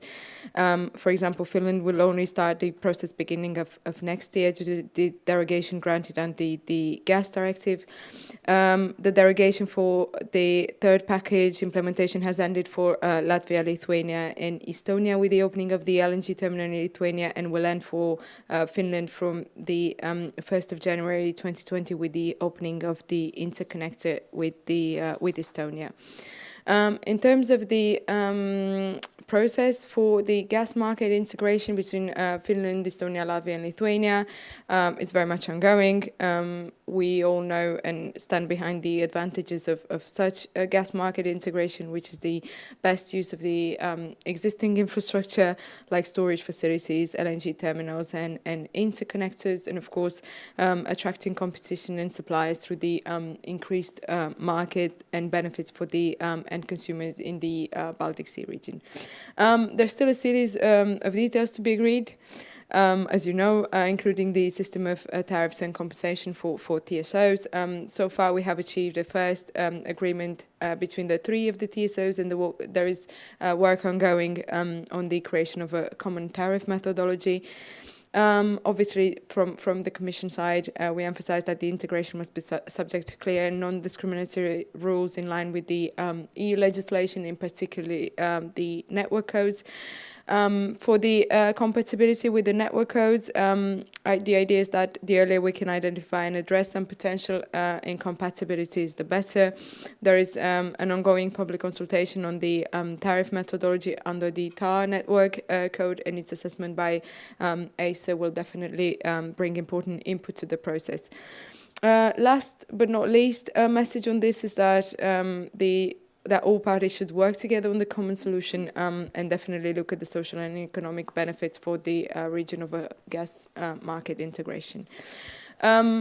lower shorter messages on the electricity market. That's because we have reached reasonable progress in the wholesale market integration in terms of the full integration through Nord Pool and the Baltic balancing market, but that doesn't mean that we stop working. There's further efforts are needed to eliminate remaining use restriction on the Baltic EU interconnectors, and also phase out completely regulated prices for households.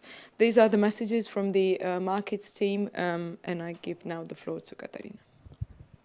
Thank you very much, Anna. So then again, the floor is open. So how would you like BEMIP to take forward the two areas, so the markets in electricity and gas, and what are the priorities and how we could then start preparing the action plan for concrete measures and deadlines next time? So who would like to start? Is it Janis again? Oh, Edis, perfect. I can start with a short update, maybe a little bit deeper on this regional gas market initiative. Indeed, we have quite, I could say, good cooperation, and recently we had a meeting in regional gas group where we tried to find out to solve these challenges what we have now. And actually we have a clear timeline when we see that the big aim is, of course, 2020, 1st January, it's when this market is open, regional market. And of course we have some obstacles or some discussion points we have to, because of course the big aim is real regional gas market together with 3 Baltic countries, together with Finland, and we are doing our best to try to solve these issues which is now on table, and hope to find some solutions in future. But anyway, all time schedule on all activities what we have, it's tariff issue what was mentioned. It's I think there is quite a clear agreement between all countries that it's postage-stamp method, it's entry-exit common tariff on all region. And the big clear milestones that the way is on the track is that recently there was signed the ITC agreement between TSOs, where all these main principles and was agreed. And we see that that's a big cornerstone that this work to form this regional gas market is on the way.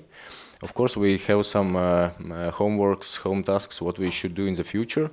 But recently in the last regional gas group meeting, we decided what's on the timeline, and we see that it's we will deliver it in time, and we see and hope that 2020, 1st January, is a big milestone when this regional gas market will start working. Thank you. Thank you very much. Finland, Herkko. Yeah, thank you. And Minister can speak on their behalf, but on this ITC agreement there, I think it's worth recognizing there that the ITC agreement was including then Latvia, Estonia and Finland there. And unfortunately there wasn't way to find at this stage that Lithuania to be included in the agreement. The work is still going on there, and the TSO has been meeting and working further there to find also a way there that how Lithuania could be joining there, and so to say mutually between the TSOs there has been target now that by 2020 there that this full market integration would be taking place, and also this has been something which has been discussed in Finland nationally. I could continue. So we have had quite good progress, but we are now just opening the market, so we don't yet know how it really works in practice. So I would urge that this gas market issue could be a permanent issue on the high-level group's agenda. Thank you. I have a long list of speakers. So maybe to structure, all of you, do you all want to react to the agreement that has been reached by the 3 TSOs and the 3 countries, or is it wider? So, because if they're all the same, then I just take them in the order of noting them down. Oh. Yours is not, so I can leave you later. Okay, so then I have in this order, so Poland, Lithuania, Germany and Latvia. No, not Germany now. Okay, so Poland, Lithuania and Latvia. Okay, so Valdemar. We just want to do the very short brief on gas sector projects. The key projects within BEMIP initiative in which Poland is very much involved are Baltic Pipe, KIP and the expansion of the LNG terminal in Świnoujście. For all of these projects, final investment decisions have already been taken and advanced planning works and preparations for tenders for construction works are in progress. So that is the actual state of play. Thank you. Indeed, key projects for making the market work in the Baltic Sea region. Lithuania? Thank you. We just wanted to note that Lithuania fully supports the current framework of the BEMIP gas and where its focus. It's on market integration and on infrastructure, and we should continue to work in this direction post 2020, as we see that current action plan is in gas sector is pretty much well on track. Just from the glance, it looks like some 70% is either or implemented or on a well track to be implemented. I will not repeat good summaries which was done by the European Commission and EDIS, where we need to continue working with market integration and to look for possibilities for Lithuania joining the finest LAT market zone. So this is one of the priorities for Lithuania and together with implementation of the regional infrastructure projects. Thanks. Thank you very much. Latvia, Zane? Yes, I just wanted to mention that actually gas market development is really linked to infrastructure activities. And as bring out as good example from prior period, actually Baltic Connector, because one of the reasons why this gas market and wholesale level between three countries was easy to sign was the pricing decisions on Baltic Connector, which was made by national governments of Estonia and Finland. And that was actually the opening point how this market could actually become a common market.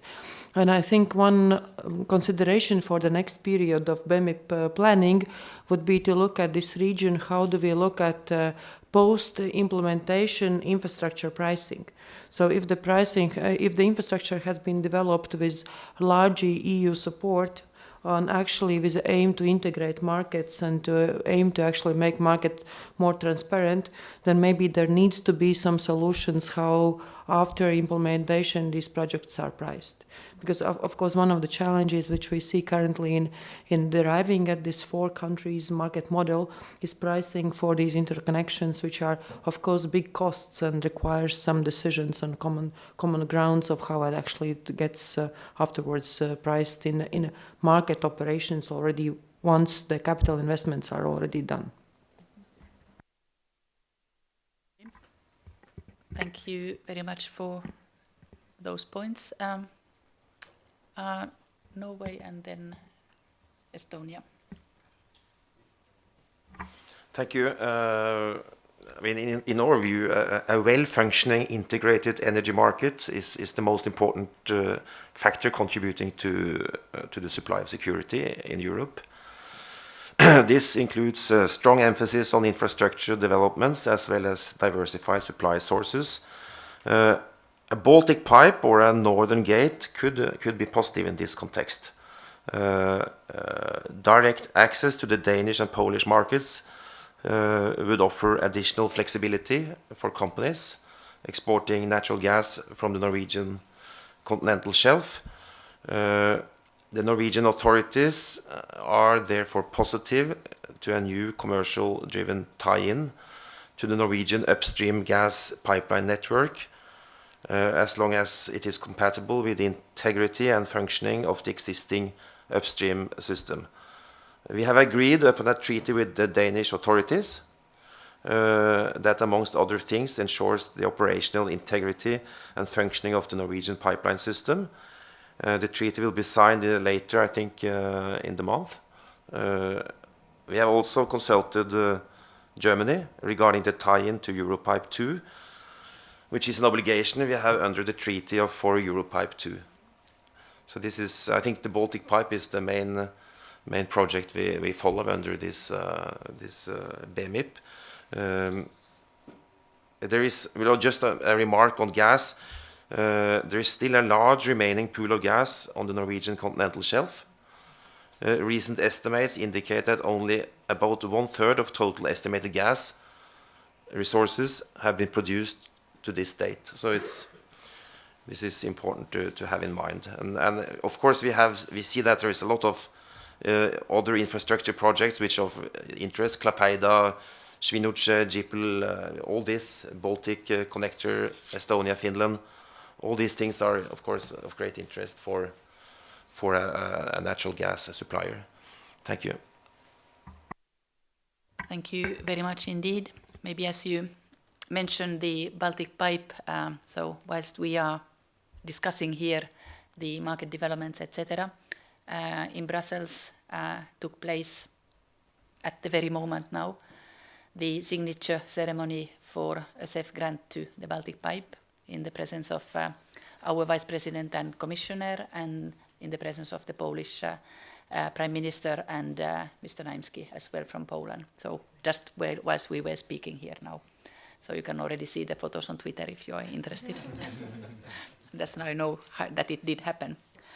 Okay, then Estonia, please. Yes, thank you. So are we just on gas right now, or can we? Okay, good. Because I know more about electricity, but I can cover gas as well. Regarding the gas, so we are very committed to the 1st of January 2020. So that's the opening of the regional market. Now this means that the time to join the two Baltics and Finland is running short because you cannot prepare the legal documents that fast. So it takes consultation, etc. So yeah, that's what I've been told. And from just to give you our point of view, the gas tariff issue is very sensitive to us because the gas consumption is low. It's reduced by several times compared to the earlier days, but the pipelines are still the same. So the amount of money that's being collected from the consumers is still the same, but it's divided by a smaller number. So that means that it goes up. It goes up with the Baltic Connector as well. That's good. We know we have considered that, but everything in advance is just that needs to be thought through. So that's just something to note, that our gas consumption is relatively low. We would want to raise it, especially now that we will get the Baltic Connector, but it takes time. So up until a few years ago, our main policy was to get the gas consumption lower due to dependency issues. And it reduced also when the biggest consumer, some sort of fertilizer maker, went away. That was like 50% of the consumption cut off. So this is the situation right now. But we are very, very happy with the Baltic Connector and also with the cooperation that's happening right now. So that's good. And after we get the market, then we can, because electricity is a few years ahead of the gas, so then we can go into this balancing and integration of retail markets, which I will go into now under electricity. So I was happy to read, since I wasn't around when the first BEMIP or the current BEMIP action plan was written. I was happy to read that there was this Nordic-Baltic joint balancing market as a goal. So that's something very close to my heart.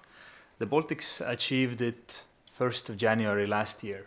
So now it has been working for a full year. There were some kinks to be ironed out in the beginning, but now it's very well functioning, and as if I remember correctly, it has resulted in over 1 million of savings for Lithuania, and we have paid a bit more for the balancing. But overall, the whole Baltic region has reduced costs on the balancing energy because we are doing it together now. So that's this is why we think it's really important that we could join somehow the Nordic balancing as well, or do something together with Finland. I know that there's initiatives happening. We already share balancing energy, but right now it's about data exchange and when we get the price information. So this is something that I would propose would still remain in the BEMIP action plan, that we would achieve a wider balancing area, because that results in lower costs for everyone. And something additionally interesting would be integration of retail markets. So let me explain. The wholesale markets, we know the price for every hour, intraday, day ahead from the Nord Pool spot market. But the retail markets are locational, so depending on the country, depending on the DSO, so depending on the system that's been chosen. So maybe that's something we could work on. So if I don't know, let's say Latvian Ergo wants to come to Estonia and sell, then how do they get the retail data? Is it easy? I like to think that it's easy because of the work that Cellering been doing, but maybe it's not easy enough. So how do we get the competition up? The goal for integration of retail markets would be to get the best price for the consumer, and that you only get that when you have multiple offers in the market. So these are my thoughts for now. Thank you. Thank you very much indeed. Then Germany and then Lithuania. Thank you very much. So, just a short notice on the electricity market. So we had an intense debate in Germany over the last couple of years about the market design, and we finally reached or got an idea that was supported by the large majority, and it's the energy-only market. So from our point of view, it's the best system to guarantee security of supply in a cost-efficient manner. So this is what happened in Germany in the last years. With accompanying legislative measures, Germany has also contributed on a national level to the targets of the action plan regarding electricity markets. And now with some further elements of the action plan, notable regarding cross-border electricity trade, is covered by the electricity market regulation. We think that we are improving quite in the right way. However, the clean energy package also contains a number of aspects where regional cooperation could support the integration of our electricity markets. And therefore, we would welcome future activities of BEMIP in this area, and really to maybe use even more the working groups in this field that haven't been used too much maybe in the last years. Thank you. Thank you very much. Then Lithuania. Just to add up what Janus and colleague from Germany have said, so one of our suggestions would be also to maybe continue and extend more concrete the electricity trade with third countries issue. We are now discussing with our Baltic colleagues, and so that would be the proposal, that we would continue this and have some measures, common measures to find the solutions, because the integration of internal market, having one rules and have to deal with countries and markets that are operating on a little bit different principles. So just to levelize the trade opportunities, this would be our suggestion. Some reactions, then okay, Denmark, and after which Poland, and then Estonia. So representing the TSO, I will just giving more some state of play for where we are. And I think, first of all, we are very happy for Katarina's information about the signature of the CEF grant for the Baltic Pipe. This was a very important part to make this a solid business case, and I think it is very important to get a more effective gas market in the northern part of Europe, where you get more suppliers to the market. And for us, it's also important that we can see for the future. We have Denmark has some ambitious plans for biogas, and the system will also be able to be used for green gases, which would be more in line with the carbon neutral future. Secondly, I think I would like to say that the Kriegers Flak combined grid system, the grid model, which is an important element of the old BEMIP, will go into operation later this year. And it's also even still prepared for that Sweden can be linked to the system. So it will be a very, very advanced way of making interconnection and integration of renewables in the same place. So I think these are two main elements of the old BEMIP plan. Thank you. Thank you very much indeed. And then I had Poland. I'm sorry for taking second time in this panel at the floor, but previous speakers brings some things to me. So first of all, having in mind what is written in the electricity regulation, I mean the big chapter on generation adequacy, I think that BEMIP can also spend some time on discussing generation adequacy in the system. And what is connected to this aspect is also the tool which can serve to fulfill generation adequacy requirements, namely capacity mechanisms.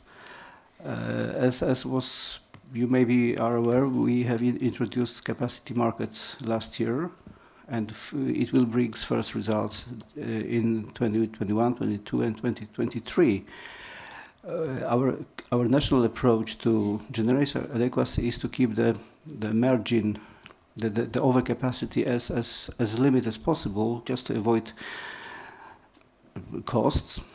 And as far as I know, also some other countries are also interested in introducing some kind of capacity mechanisms. As regards the CEF budget, we are very happy as well that the amount is kept at the same level as in the previous period. In the region, we have a lot of infrastructure that have to be built in gas, but also in electricity. And we have, of course, we're happy that grant for Baltic Pipe is signed today. Thank you. Thank you very much indeed. Estonia?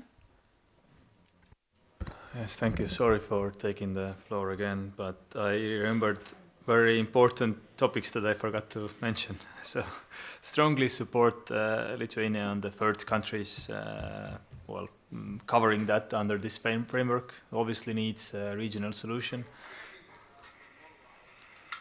I guess he's looking at the signing ceremony. But coming back to the third countries issue, I understand that, well, maybe countries like Germany don't have it. Well, no third countries nearby you. Well, coming soon, maybe.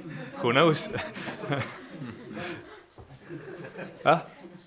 Switzerland as well, okay. But the relations with those countries are much similar to the ones we have within the EU. But we also have countries who have different rules, so different state aid rules or none. No EU ETS, so that needs to be considered.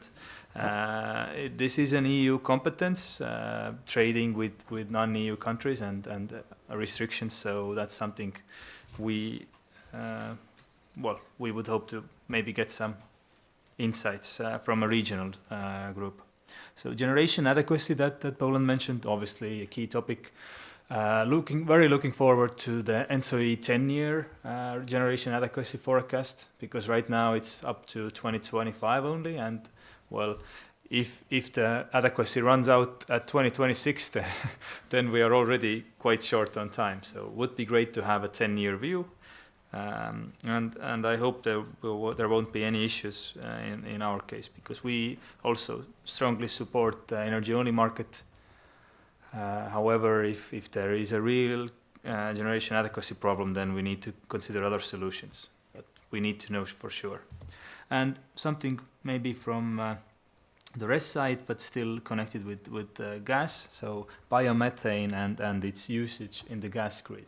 So that's something we are quite active on getting the transport to use gas, and then the gas to be biomethane. So to get it renewable.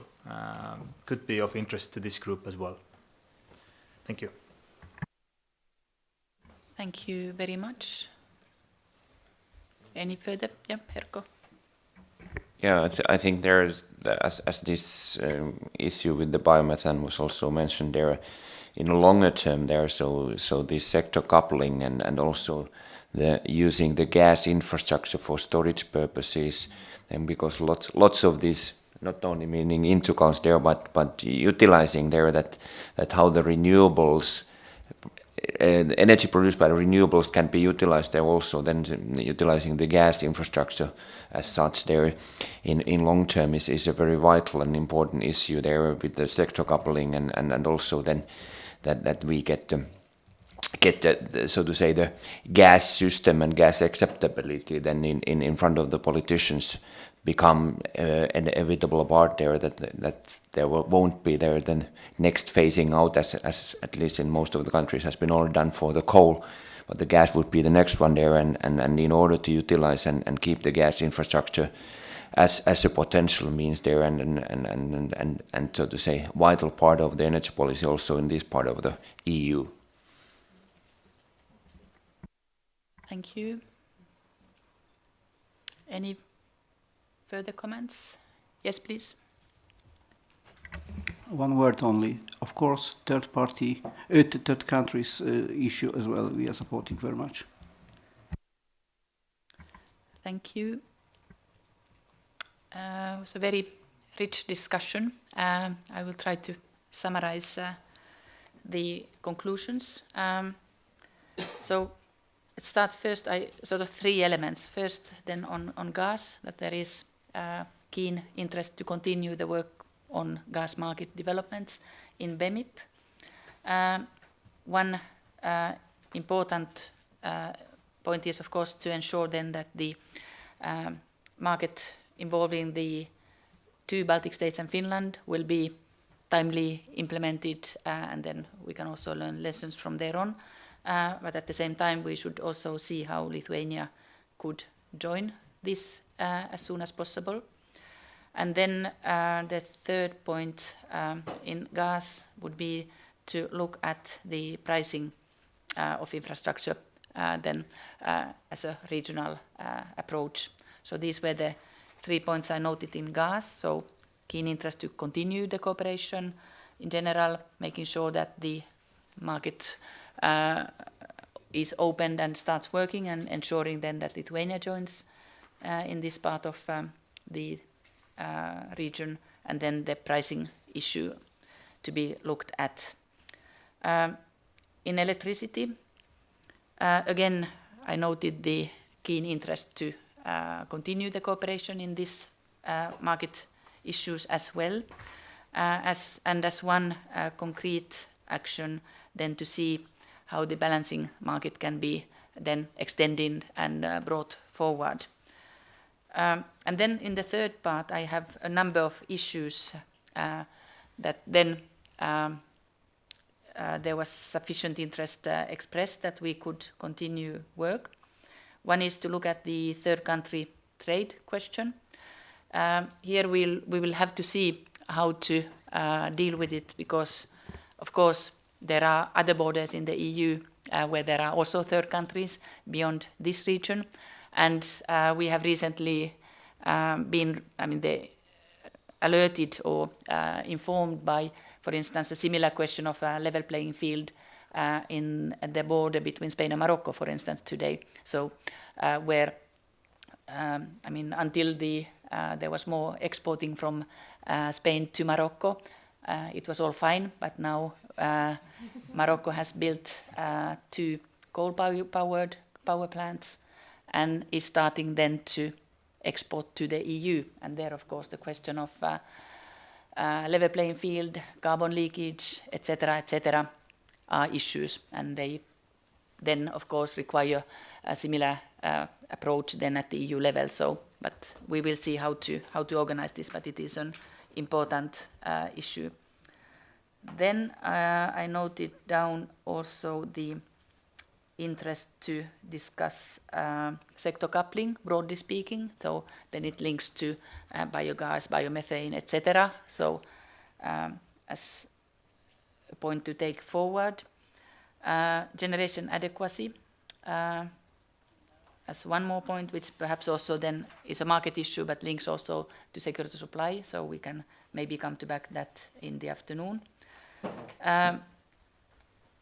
Retail market was also mentioned, and then the concrete example of how Kriegers Flak has solved the question of infrastructure and renewables integration might actually be also taken up in the previous point that we discussed on renewables. So we will see what is the best heading for, but certainly an interesting point to be worked further.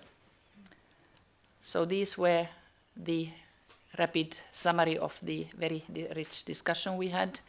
Anything I missed or anything I shouldn't have put on the list?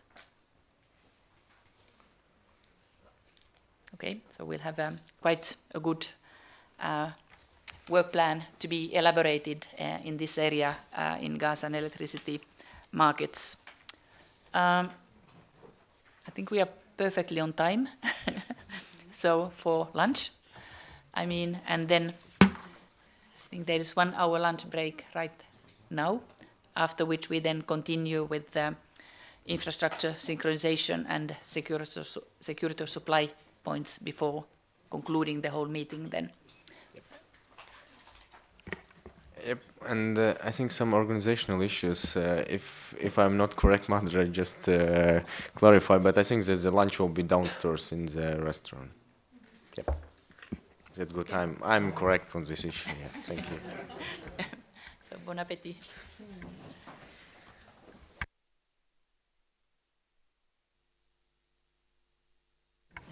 Okay, ladies and gentlemen, let's continue our meeting. We still have 3 agenda points to cover.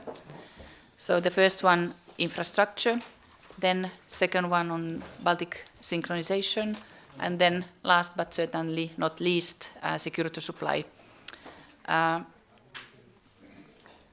So let's move then to the infrastructure point, which I assume will be quite a rapid point because so much has been done already and so little needs to be done still in infrastructure. But let's have a look. Anna, please. Katarina, let's not mention the fact that we also meet quite often with some of you, so you're very up to date with what's happening in the infrastructure sector. We're going to start with the gas infrastructure development in the region, and just with the starting phrase, the fact that the implementation of 5 critical projects is well on track. They were considered critical in 2014 and 15 on the previous BEMIP action plan. That includes the LNG terminals in Lithuania and Poland. They brought to the end of the Baltic states and Poland's dependence on a single supplier and provided the diversification of sources, routes and suppliers. Finland and the Baltic states have now access to new supply sources by way of GIPO to be commissioned 2021 and Baltic Connector 2019. What you see there is a map with the PCIs on the third list, so projects of common interest on the current list. Their implementation is again well underway. I'm not going to probably name them all. You're very familiar with interconnection Estonia, Finland, cluster infrastructure upgrade in the Eastern Baltic Sea region, Baltic Pipe, Poland, Lithuania interconnection, Gothenburg LNG, and the capacity extension of Swinoujscie. Maybe it's important to let you know what's happening in the preparation of the fourth list. So that's, you're looking at the timeline for the gas exercise. We're now in the phase of the assessment of projects. We have finalized the needs identification in the region from the gas perspective at the end of March. Now on the 7th and 8th May, project promoters are invited to pitch their projects, and basically a draft methodology will be presented by the European Commission. We expect this phase to be finished around mid-June and have the list adopted in October.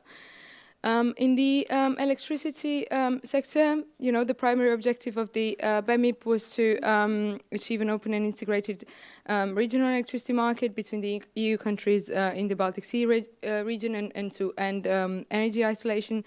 A lot of this has been done, so a number of cross-border and domestic infrastructure projects have been completed to date across the Baltics, and they further the integration of the Baltics with the Nordic electricity market. So we can safely say that the electricity isolation was partly ended. You're looking at the projects that have definitely contributed to that. Nevertheless, key challenges remain. So the PCIs that are on the third list aim to address these remaining challenges.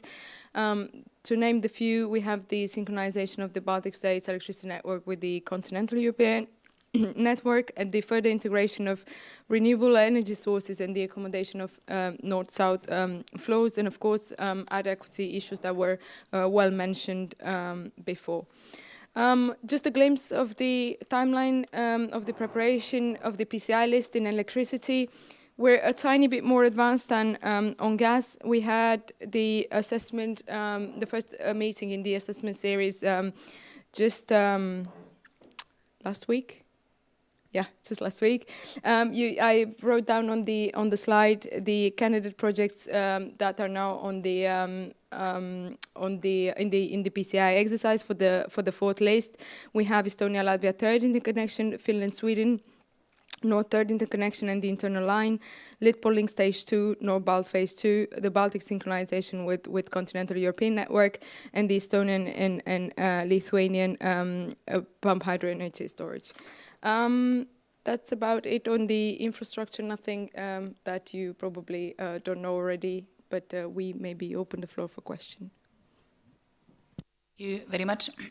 I think on the infrastructure side, as it was one of the first domains where BEMIP cooperation started in 2008, we could basically say that we are very well on track. Many projects are already ongoing, if not yet completed, and practically all the key projects, except one, and we'll come to that in a second, all key projects will be up and running in the next 2-3 years. So I think the region will be very well integrated from the grid point of view in both electricity and gas. And that's why it's even more important now to start looking into the market issues that we tackled just before lunch. So to make sure that we also have then the best use of these infrastructures that we are putting in place. So as my boss always says, that we have to have the software and the hardware working hand in hand.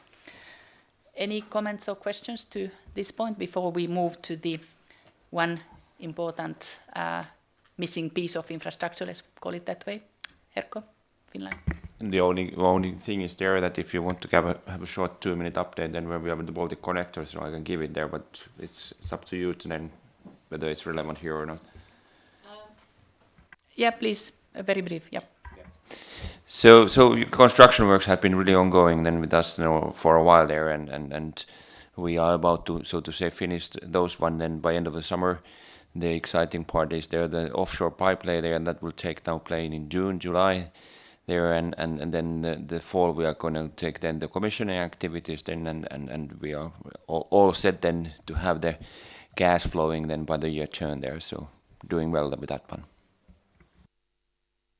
that's finally then ending the isolation of Finland and single source dependency as well. Very good. So good to hear always that projects are progressing as planned or even faster than planned sometimes. Any other points? Yes, Poland, please. Thank you. I have only a short question on this second stage of Nordbalt. Is it an increase of capacity or some other infrastructure done on the ground, or I mean not on the sea but on the ground? If I'm not mistaken, it's not the increase of capacity, it's to replace current investment that is helping Nordbalt working at the full capacity right now.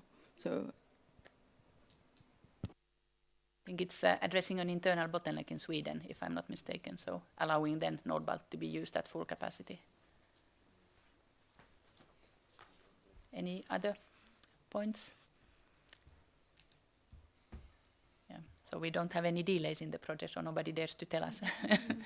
But I think what we've seen, and of course as part of the process of project of common interest, we do meet all the relevant players very regularly, and we have seen that there is good progress and everybody is very committed to implement the projects in time. So that is all very positive, and I think it would be fantastic then in a couple of years' time when we can say that the BEMIP infrastructure working stream has done its work basically, and we can say that it's, we can close the shop in that respect.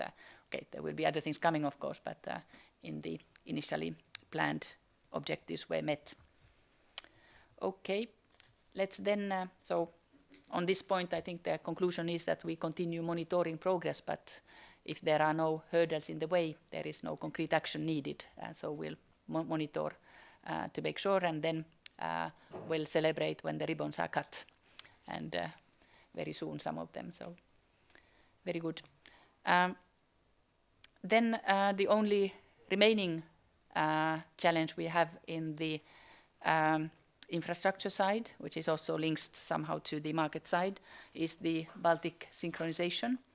And Arnis has kindly agreed to provide us with an update on where we are with the synchronization project.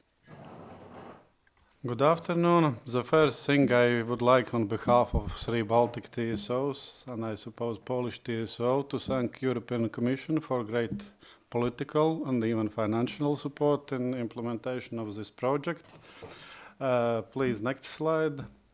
As you can see, the present state that if we are speaking about Baltic interconnection capabilities at present, that are constructed both S-links, total 1,000 megawatts between Estonia and Finland, Nord-Balt link between Lithuania and Sweden, 700 megawatts, and Litpol link between Lithuania and Poland with capacity of 1,000 megawatts, but at present operating in DC mode.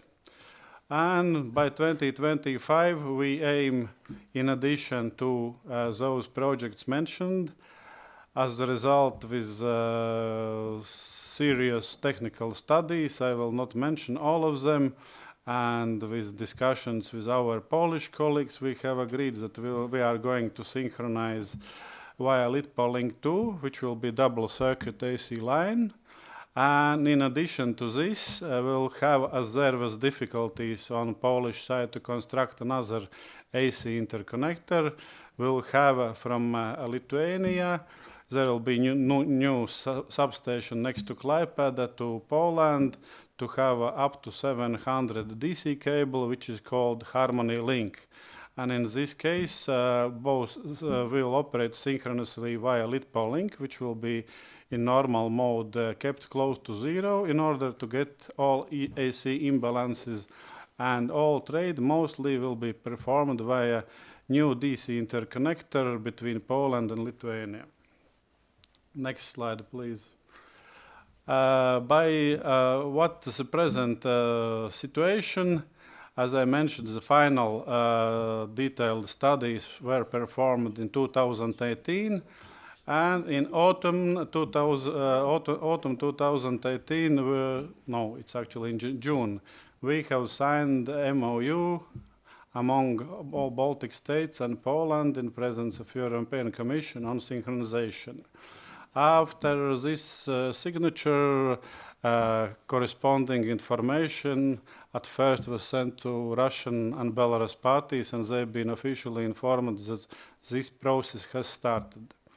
As I mentioned, that AC plus DC scenario between Lithuania and Poland was decided. And in addition, studies showed that Baltic TSOs have to ensure additional sufficient amount of inertia. For this purpose will be installed new devices in our network, as well as the Lithuanian colleagues will improve performance of Kruoņu hydropower plant. We have to agree on with our Nordic colleagues how we utilize for power reserve purposes our DC links.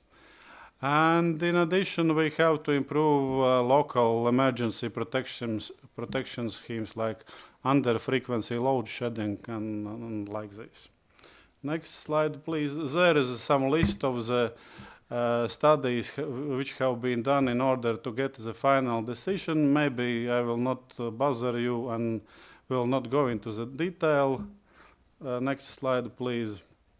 Main exercises at present for us, it is that Baltic TSOs with support of Polish TSO, with an NSOE, we will have to operate with continental Europe according to NSOE operational handbook and NSOE system operational guidelines.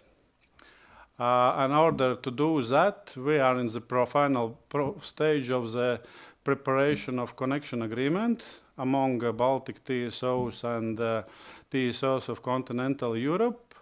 Part of it is identification issue of catalog of measures. It means technical and organizational preparatory works we have to perform in order to get synchronized. And at the end, all process, if we will be really successful by the end of 2025, we are intending to sign synchronous area framework agreement for regional group continental Europe. Next slide, please. Then, next steps for us to do. By the mid of this year, we intend to sign a connection agreement with NSOE. By 24, we intend to implement all necessary steps identified from catalog of measures in the Baltics, as well as to perform Baltic isolated operational tests. During this and next year, within framework of BREL agreement, but as well, of course, political level should be involved in this seriously. We have to agree with Russian and Belarus colleagues how we are going to desynchronize and what will happen in the future among our power systems.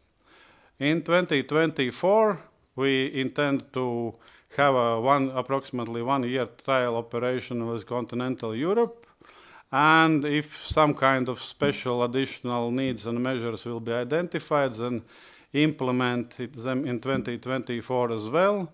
And in 2025, to sign this SAFA agreement. Next slide, please. And at present, quite a few projects are ongoing in Latvia and Estonia. Not so many yet in Lithuania. In this last CEF call, we applied for synchronization phase project 1. And now we can see some projects which we'll implement in the near future is with dark blue lines. We will fully reconstruct 330 kV lines from, let's say, west of Latvia, existing ones from west of Latvia till the north of Estonia. And with red dotted lines, you will see that there will be plenty of work for our Lithuanian colleagues to prepare their system for synchronization. And quite a big part of these works is related, let's say, by not exactly cutting off, but by passing by Kaliningrad region. Of course, it is, as we just have started discussions with Belarusian and Russian colleagues, it's still not known if there will be any back-to-backs with continental Russia, with Kaliningrad. It's more, let's say, for political discussions rather for TSO discussion, because TSO is responsible more for security of supply. And shortly, that's it for me. That's the present state. If you have any questions, please do not hesitate. And this is simply illustrations. These are present ongoing works. Kurzeme ring on the left side, third Latvia-Estonia interconnector with local reinforcement. And in 23 and 24, we will reconstruct our existing lines to Estonia. Thank you. Thank you very much indeed for the overview on where we are in implementing the remaining priority, one could say, in the Baltic region, in the infrastructure side. So you see a lot of progress there as well, but timelines, because of the necessity to build infrastructure, of course, take some years to complete. Are there any questions or comments to Arnis? Yes, please. I can only add to that topic that we as regulators, we also are going to sign a common memorandum of understanding between us to support the transmission system operators regarding that project, because there is also that issues regarding the cost recovery, regarding the tariffs and so on. That means that there will be also support from the regulators' side. Thank you very much, and that of course is essential to have the regulators fully on board in this, so thank you for this. Estonia, please. Yes, just from our side as well, the synchronization project is very, very important to us, being the Baltics being the last member states in a synchronous area that's not governed by EU law, so it's only natural that we want to be fully a part of the EU as well. And the strongest support from the ministry side and from all of the other ministries as well. And obviously we very much thank the Commission for helping us. It's been a lot of work has been done, but fortunately or unfortunately there's a lot of work still ahead. So we will see. Thanks. I think BEMIP has played a key role this and clearly shown the added value of working together. And well, in a couple of years' time we can again, celebrate the success. But let's still a couple of things to be dealt before. Lithuania, please. Thank you. So just to add up what the colleagues have already said, so we're very grateful for Commission, for all participating countries for solidarity showed, and last few years was a breakthrough, and it started, I guess, with the BEMIP, including the synchronization to BEMIP framework. It proved its status, so we look forward for implementing effectively and steering it in BEMIP, which has already proved its value. Thank you. Thank you. Poland, please. Many words were said in the last 2 or 3 years, so it's just nothing to add, but only hope that nothing will stop us now. And I see that big determination in the Baltic states, Lithuania, Latvia, Iguania, I learned that new word. And wish all the best. Big support of the European Commission is very important. I think the crucial one. Thank you. Thank you. Maybe it's time for an anecdote, which we will not put in the minutes, but we celebrated the signature of the synchronization grant in Brussels during the so-called PCI days. And We had, first of all, the signature ceremony, and then all the dignitaries who took part in the celebration, and then said a few words as well on the regional cooperation, etc. And I had a colleague, a TSO representative from a southern European country who was sitting behind me. And then he listened to the interventions, and some of you know who was intervening in the PCI days. And he then knocked on my back and said that, "But this is so beautiful, Katarina." And I said, "What do you mean?" This cooperation and how positively the people who were speak about the, working together and having the Commission play a role there. So, and then I said to him, "Yes, this is, what I would like to see in your region too." "You're right." So that was quite, a memorable moment. So I was very pleased. Okay. So synchronization again, we'll continue monitoring the process, and as was mentioned, there are issues that need to be tackled beyond the infrastructure side, which I think is the easiest part of the equation. So it's also then the relations and the desynchronization process from the Russia-Belarusian system, and making sure that as long as our side is not 100% ready to be operated without the system functioning now in the Belarusian Russian system, that we manage the negotiations and discussions very well with the Russian side. So, because if they are ready to deconnect, then we are not, then we have to be careful. But work is ongoing, and I think everybody is extremely committed and want to progress fast. Joanna? Katarina, on a practical note, I mean, the 2015 action plan is still quite vague with regards to the synchronization. So ideally, the revision of the action plan, in this case, in the case of the synchronization project, would include concrete milestones with regards to the next steps in the implementation of the synchronization. So to work together to identify which are these milestones in order to integrate them in the revision of the action plan. Indeed. Germany, please. Thank you. Also, maybe looking ahead and talking also about the connection or the synchronization with the rest of Europe, and looking towards Russia. So just wanted to make clear that for us, the better integration of the Baltic states into the EU electricity market is crucial. We really want to support this synchronization, and would also support the more work on the action plan here at this group.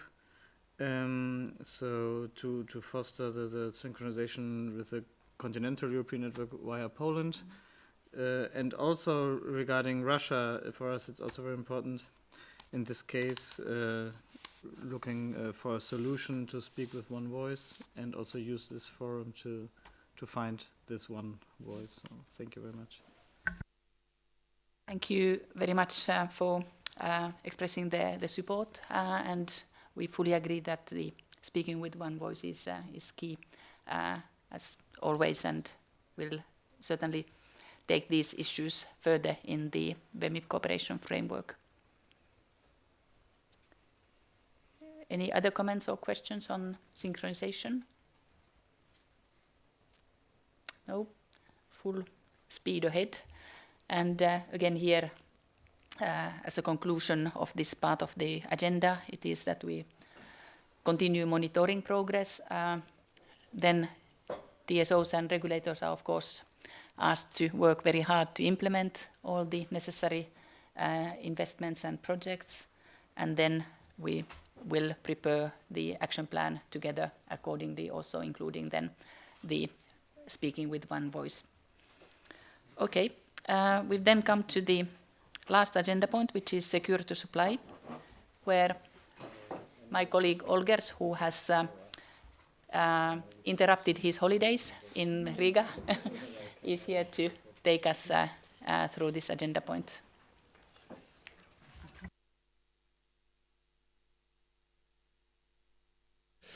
So good afternoon. I will try to bring in some gender balance on the Commission side and relieve Anna from speaking all the time. So let me cover then the last point. I think for security of supply, the goal was to implement in the BEMIP action plan to implement the especially the gas security of supply regulation, and for electricity I think it's said that we need to be well prepared. I think that's for sure also for the next for the update of the plan, yes, of the action plan. So I think the aim is to have a good high level of security of supply for gas and electricity. And how to do that is to implement the gas SOS regulation and the future. We are a bit too quick. And the future risk preparedness regulation in the electricity sector. If you look at the gas security of supply, the BEMIP countries cover actually quite a lot of the risk groups under the gas SOS regulation. And what we've seen so far is actually very good cooperation regional cooperation when it comes to the common risk assessments. That showed really that it works well. And we also have seen that the national risk assessments came there on time, but let's not stop there. And obviously, this is not a place for explicit naming and shaming, so I won't do this. But implicitly, I would just like to show again the deadline chart, which is quite complicated, but the plans should have reached us by the beginning of March. And what we see is that only few plans from this region, but also from Europe in total, has reached us so far. So I really encourage you to keep working on the plans, because it's very important for especially the regional cooperation plan. So for the solidarity arrangements, which are crucial part of the national plans. So there I would really just remind you that the deadline passed already. Maybe the deadline which passed already last year, namely on the 1st of September, was the deadline for submission of the information on the gas contracts. Here is just a slide reminding why and what information the regulation likes to be submitted to the competent authorities.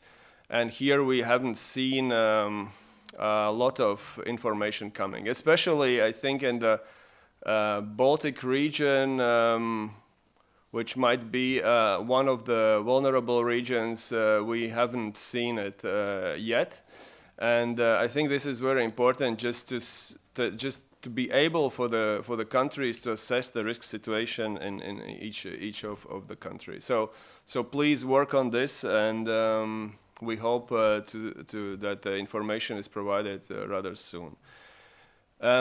Then let's go to the electricity part, and this is not current legislation yet, but it will be soon.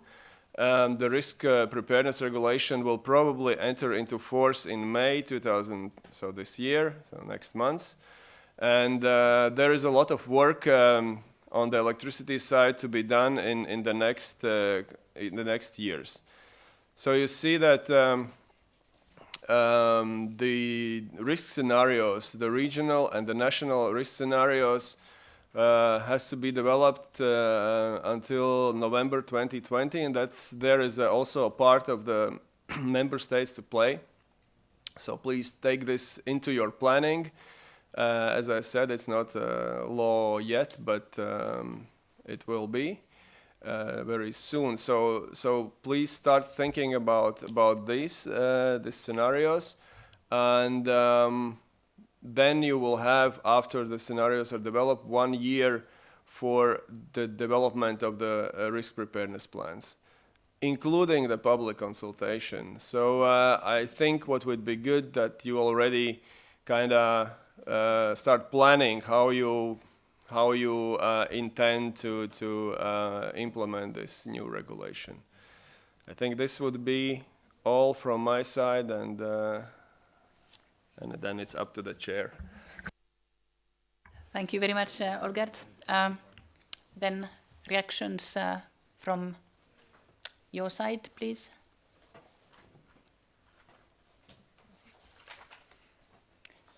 Germany, please. Thank you very much, and thank you also for this overview. So, from our point of view, the clean energy package clearly supports the regional perspective, and for the adequacy modeling, and also for the regional coordinated measures. So, from our perspective, it strengthens the agreement settled in the action plan, and we would also therefore encourage the BEMIP to intensify its work on these aspects in the near future. So let's do it now. Thank you. Thank you very much. But the others? Yes, please.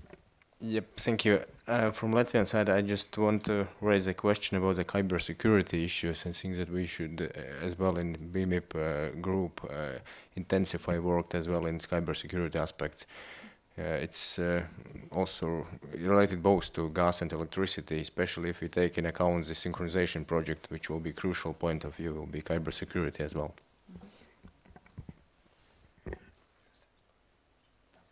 Okay, very good.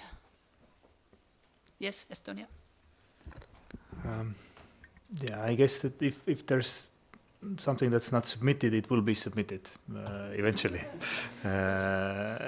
Regional cooperation takes time, but I mean, if you have things that are so important, it's reasonable to discuss them thoroughly.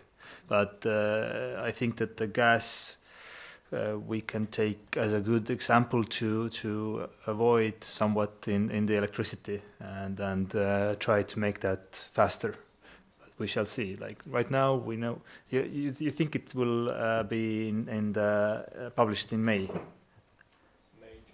May, June. Okay, so I will take a note of that, and hopefully this one will go faster. Yeah, but definitely very important, especially these days. I mean, just to talk through what happens when something bad happens. Thank you. Yes, indeed. Further comments? Lithuania, please. Just as Ed is also suggested cybersecurity to be a topic for security of supply. One of the topics could be, although the colleague from AST has mentioned that isolated operation trial could be part or will be part of synchronization, but it will be like a part of implementing this catalog of measures. We should also maybe consider current situation and our resilience with regard to possible desynchronization. So maybe also we could include into action plan some measures with regard to preparation of Baltic states for at least performing the isolated operation trial. Okay, thank you. Indeed, as you mentioned, the catalogue of measures will determine all the necessary measures and tests that need to be put in place. And indeed, there has been an idea to look into or go for a test already this year, which was then postponed. So I think the BEMIP is the right framework to then discuss if and when such a test would be useful. So let's keep it in mind. Anything else? Yes, Poland, please. It's only one comment. Risk preparation regulation is related to synchronous areas, so it means that in in continental Europe there are probably 2 or 3 this regional cooperation on risk preparedness, but having in mind the future enlargement of continental Europe, it's maybe also important to advise TSOs to take this into consideration while Baltic states are preparing risk preparedness plans for the future. Thank you. Thank you. It sounds like an important element to be kept in mind.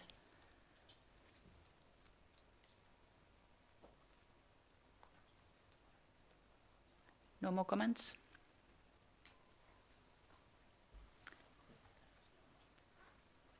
No? Okay, yes, then conclusions for security of supply part. Well, the first conclusion, which in a way shouldn't be included in the future action plan, is that the gas secure supply measures should already have been implemented. So at least the 2 that Olga has mentioned with deadlines in the past. So that is, of course, we urge all of you to then do the necessary as soon as possible. And depending on the situation when we draft the action plan, we will maybe reiterate this reminder. On electricity, on the other hand, it's now time to plan the actions to be taken in time, in line with the requirements of the regulation. So I think that is clearly something that should then figure in the BEMIP action plan as well. And many of these elements have clear cross-border implications, so it's good also to discuss them together. I noted the importance of also looking at then cybersecurity in the 2 sectors, which of course is something that we see increasingly important every day. And then as additional points which will be then looked at the isolated test in the Baltic states. I think we'll look at as part of the synchronization process. And then, of course, the extension of the continental Europe network will be looked at in the implementation of the regulation, then how best take into account of the Baltic joining the continental Europe in this respect. Yeah. Maybe one additional point which was mentioned before when we were talking about the markets is the generation adequacy assessment. And here I obviously are not commenting on the national energy and climate plans, as I cannot do that now. But I think it's always a good idea when you look at your national situation to look across the border and to see if when you assess your generation adequacy, to see what your neighbors are doing and take it into account when planning for the next 10 years. Mm-hmm. Thank you for reminding of the important justification basically for the internal energy market in the end. So by working together, we can all save costs and be much more secure than we would if we were operating alone. Okay, so that covers then our agenda points, and I think I've tried to draw conclusions after each session, so I'm not going to repeat the conclusions now. But what we will do is we will prepare then these conclusions in writing. We'll circulate them again for you for comments and views in order to then finalize them from this meeting. And we will then also, as part of the next steps, prepare the timeline for the next steps and the meetings that we are going to take are going to be taking place in the different areas. So that is then for us as homework. I think we could maybe promise it in the next 2 weeks or so. That's not too ambitious, is it? No? Okay. so in the next 2 weeks, and then we will give you, a week or so then to comment those conclusions of this meeting before then they are deemed final. I would then like to thank our hosts for inviting us to Riga. It's very nice to come to a regional meeting into the region and not to hold all our meetings in Brussels. So very much keen to also continue this good practice for some of the other meetings in the future as well. Can't promise that for all meetings because we have a limited budget, of course, for traveling, but really nice to have us here today. So thank you very much for hospitality and organizing this meeting here. Thank you. I will say some words as well in the final. Thank you all that you came here to Riga. I hope that you enjoy your time here, and today, lucky for you all, it's, I could say, first day when it's so warm outside, and I hope that you will still have some little bit of free time to look around a nice city in Riga. You are in the border of old Riga city, and hope that you enjoy your time here. We get very useful discussions. Thank you, Katrina, for managing all this. And I hope to meet you again during next meetings. Thank you. And have a safe trip home. Thank you.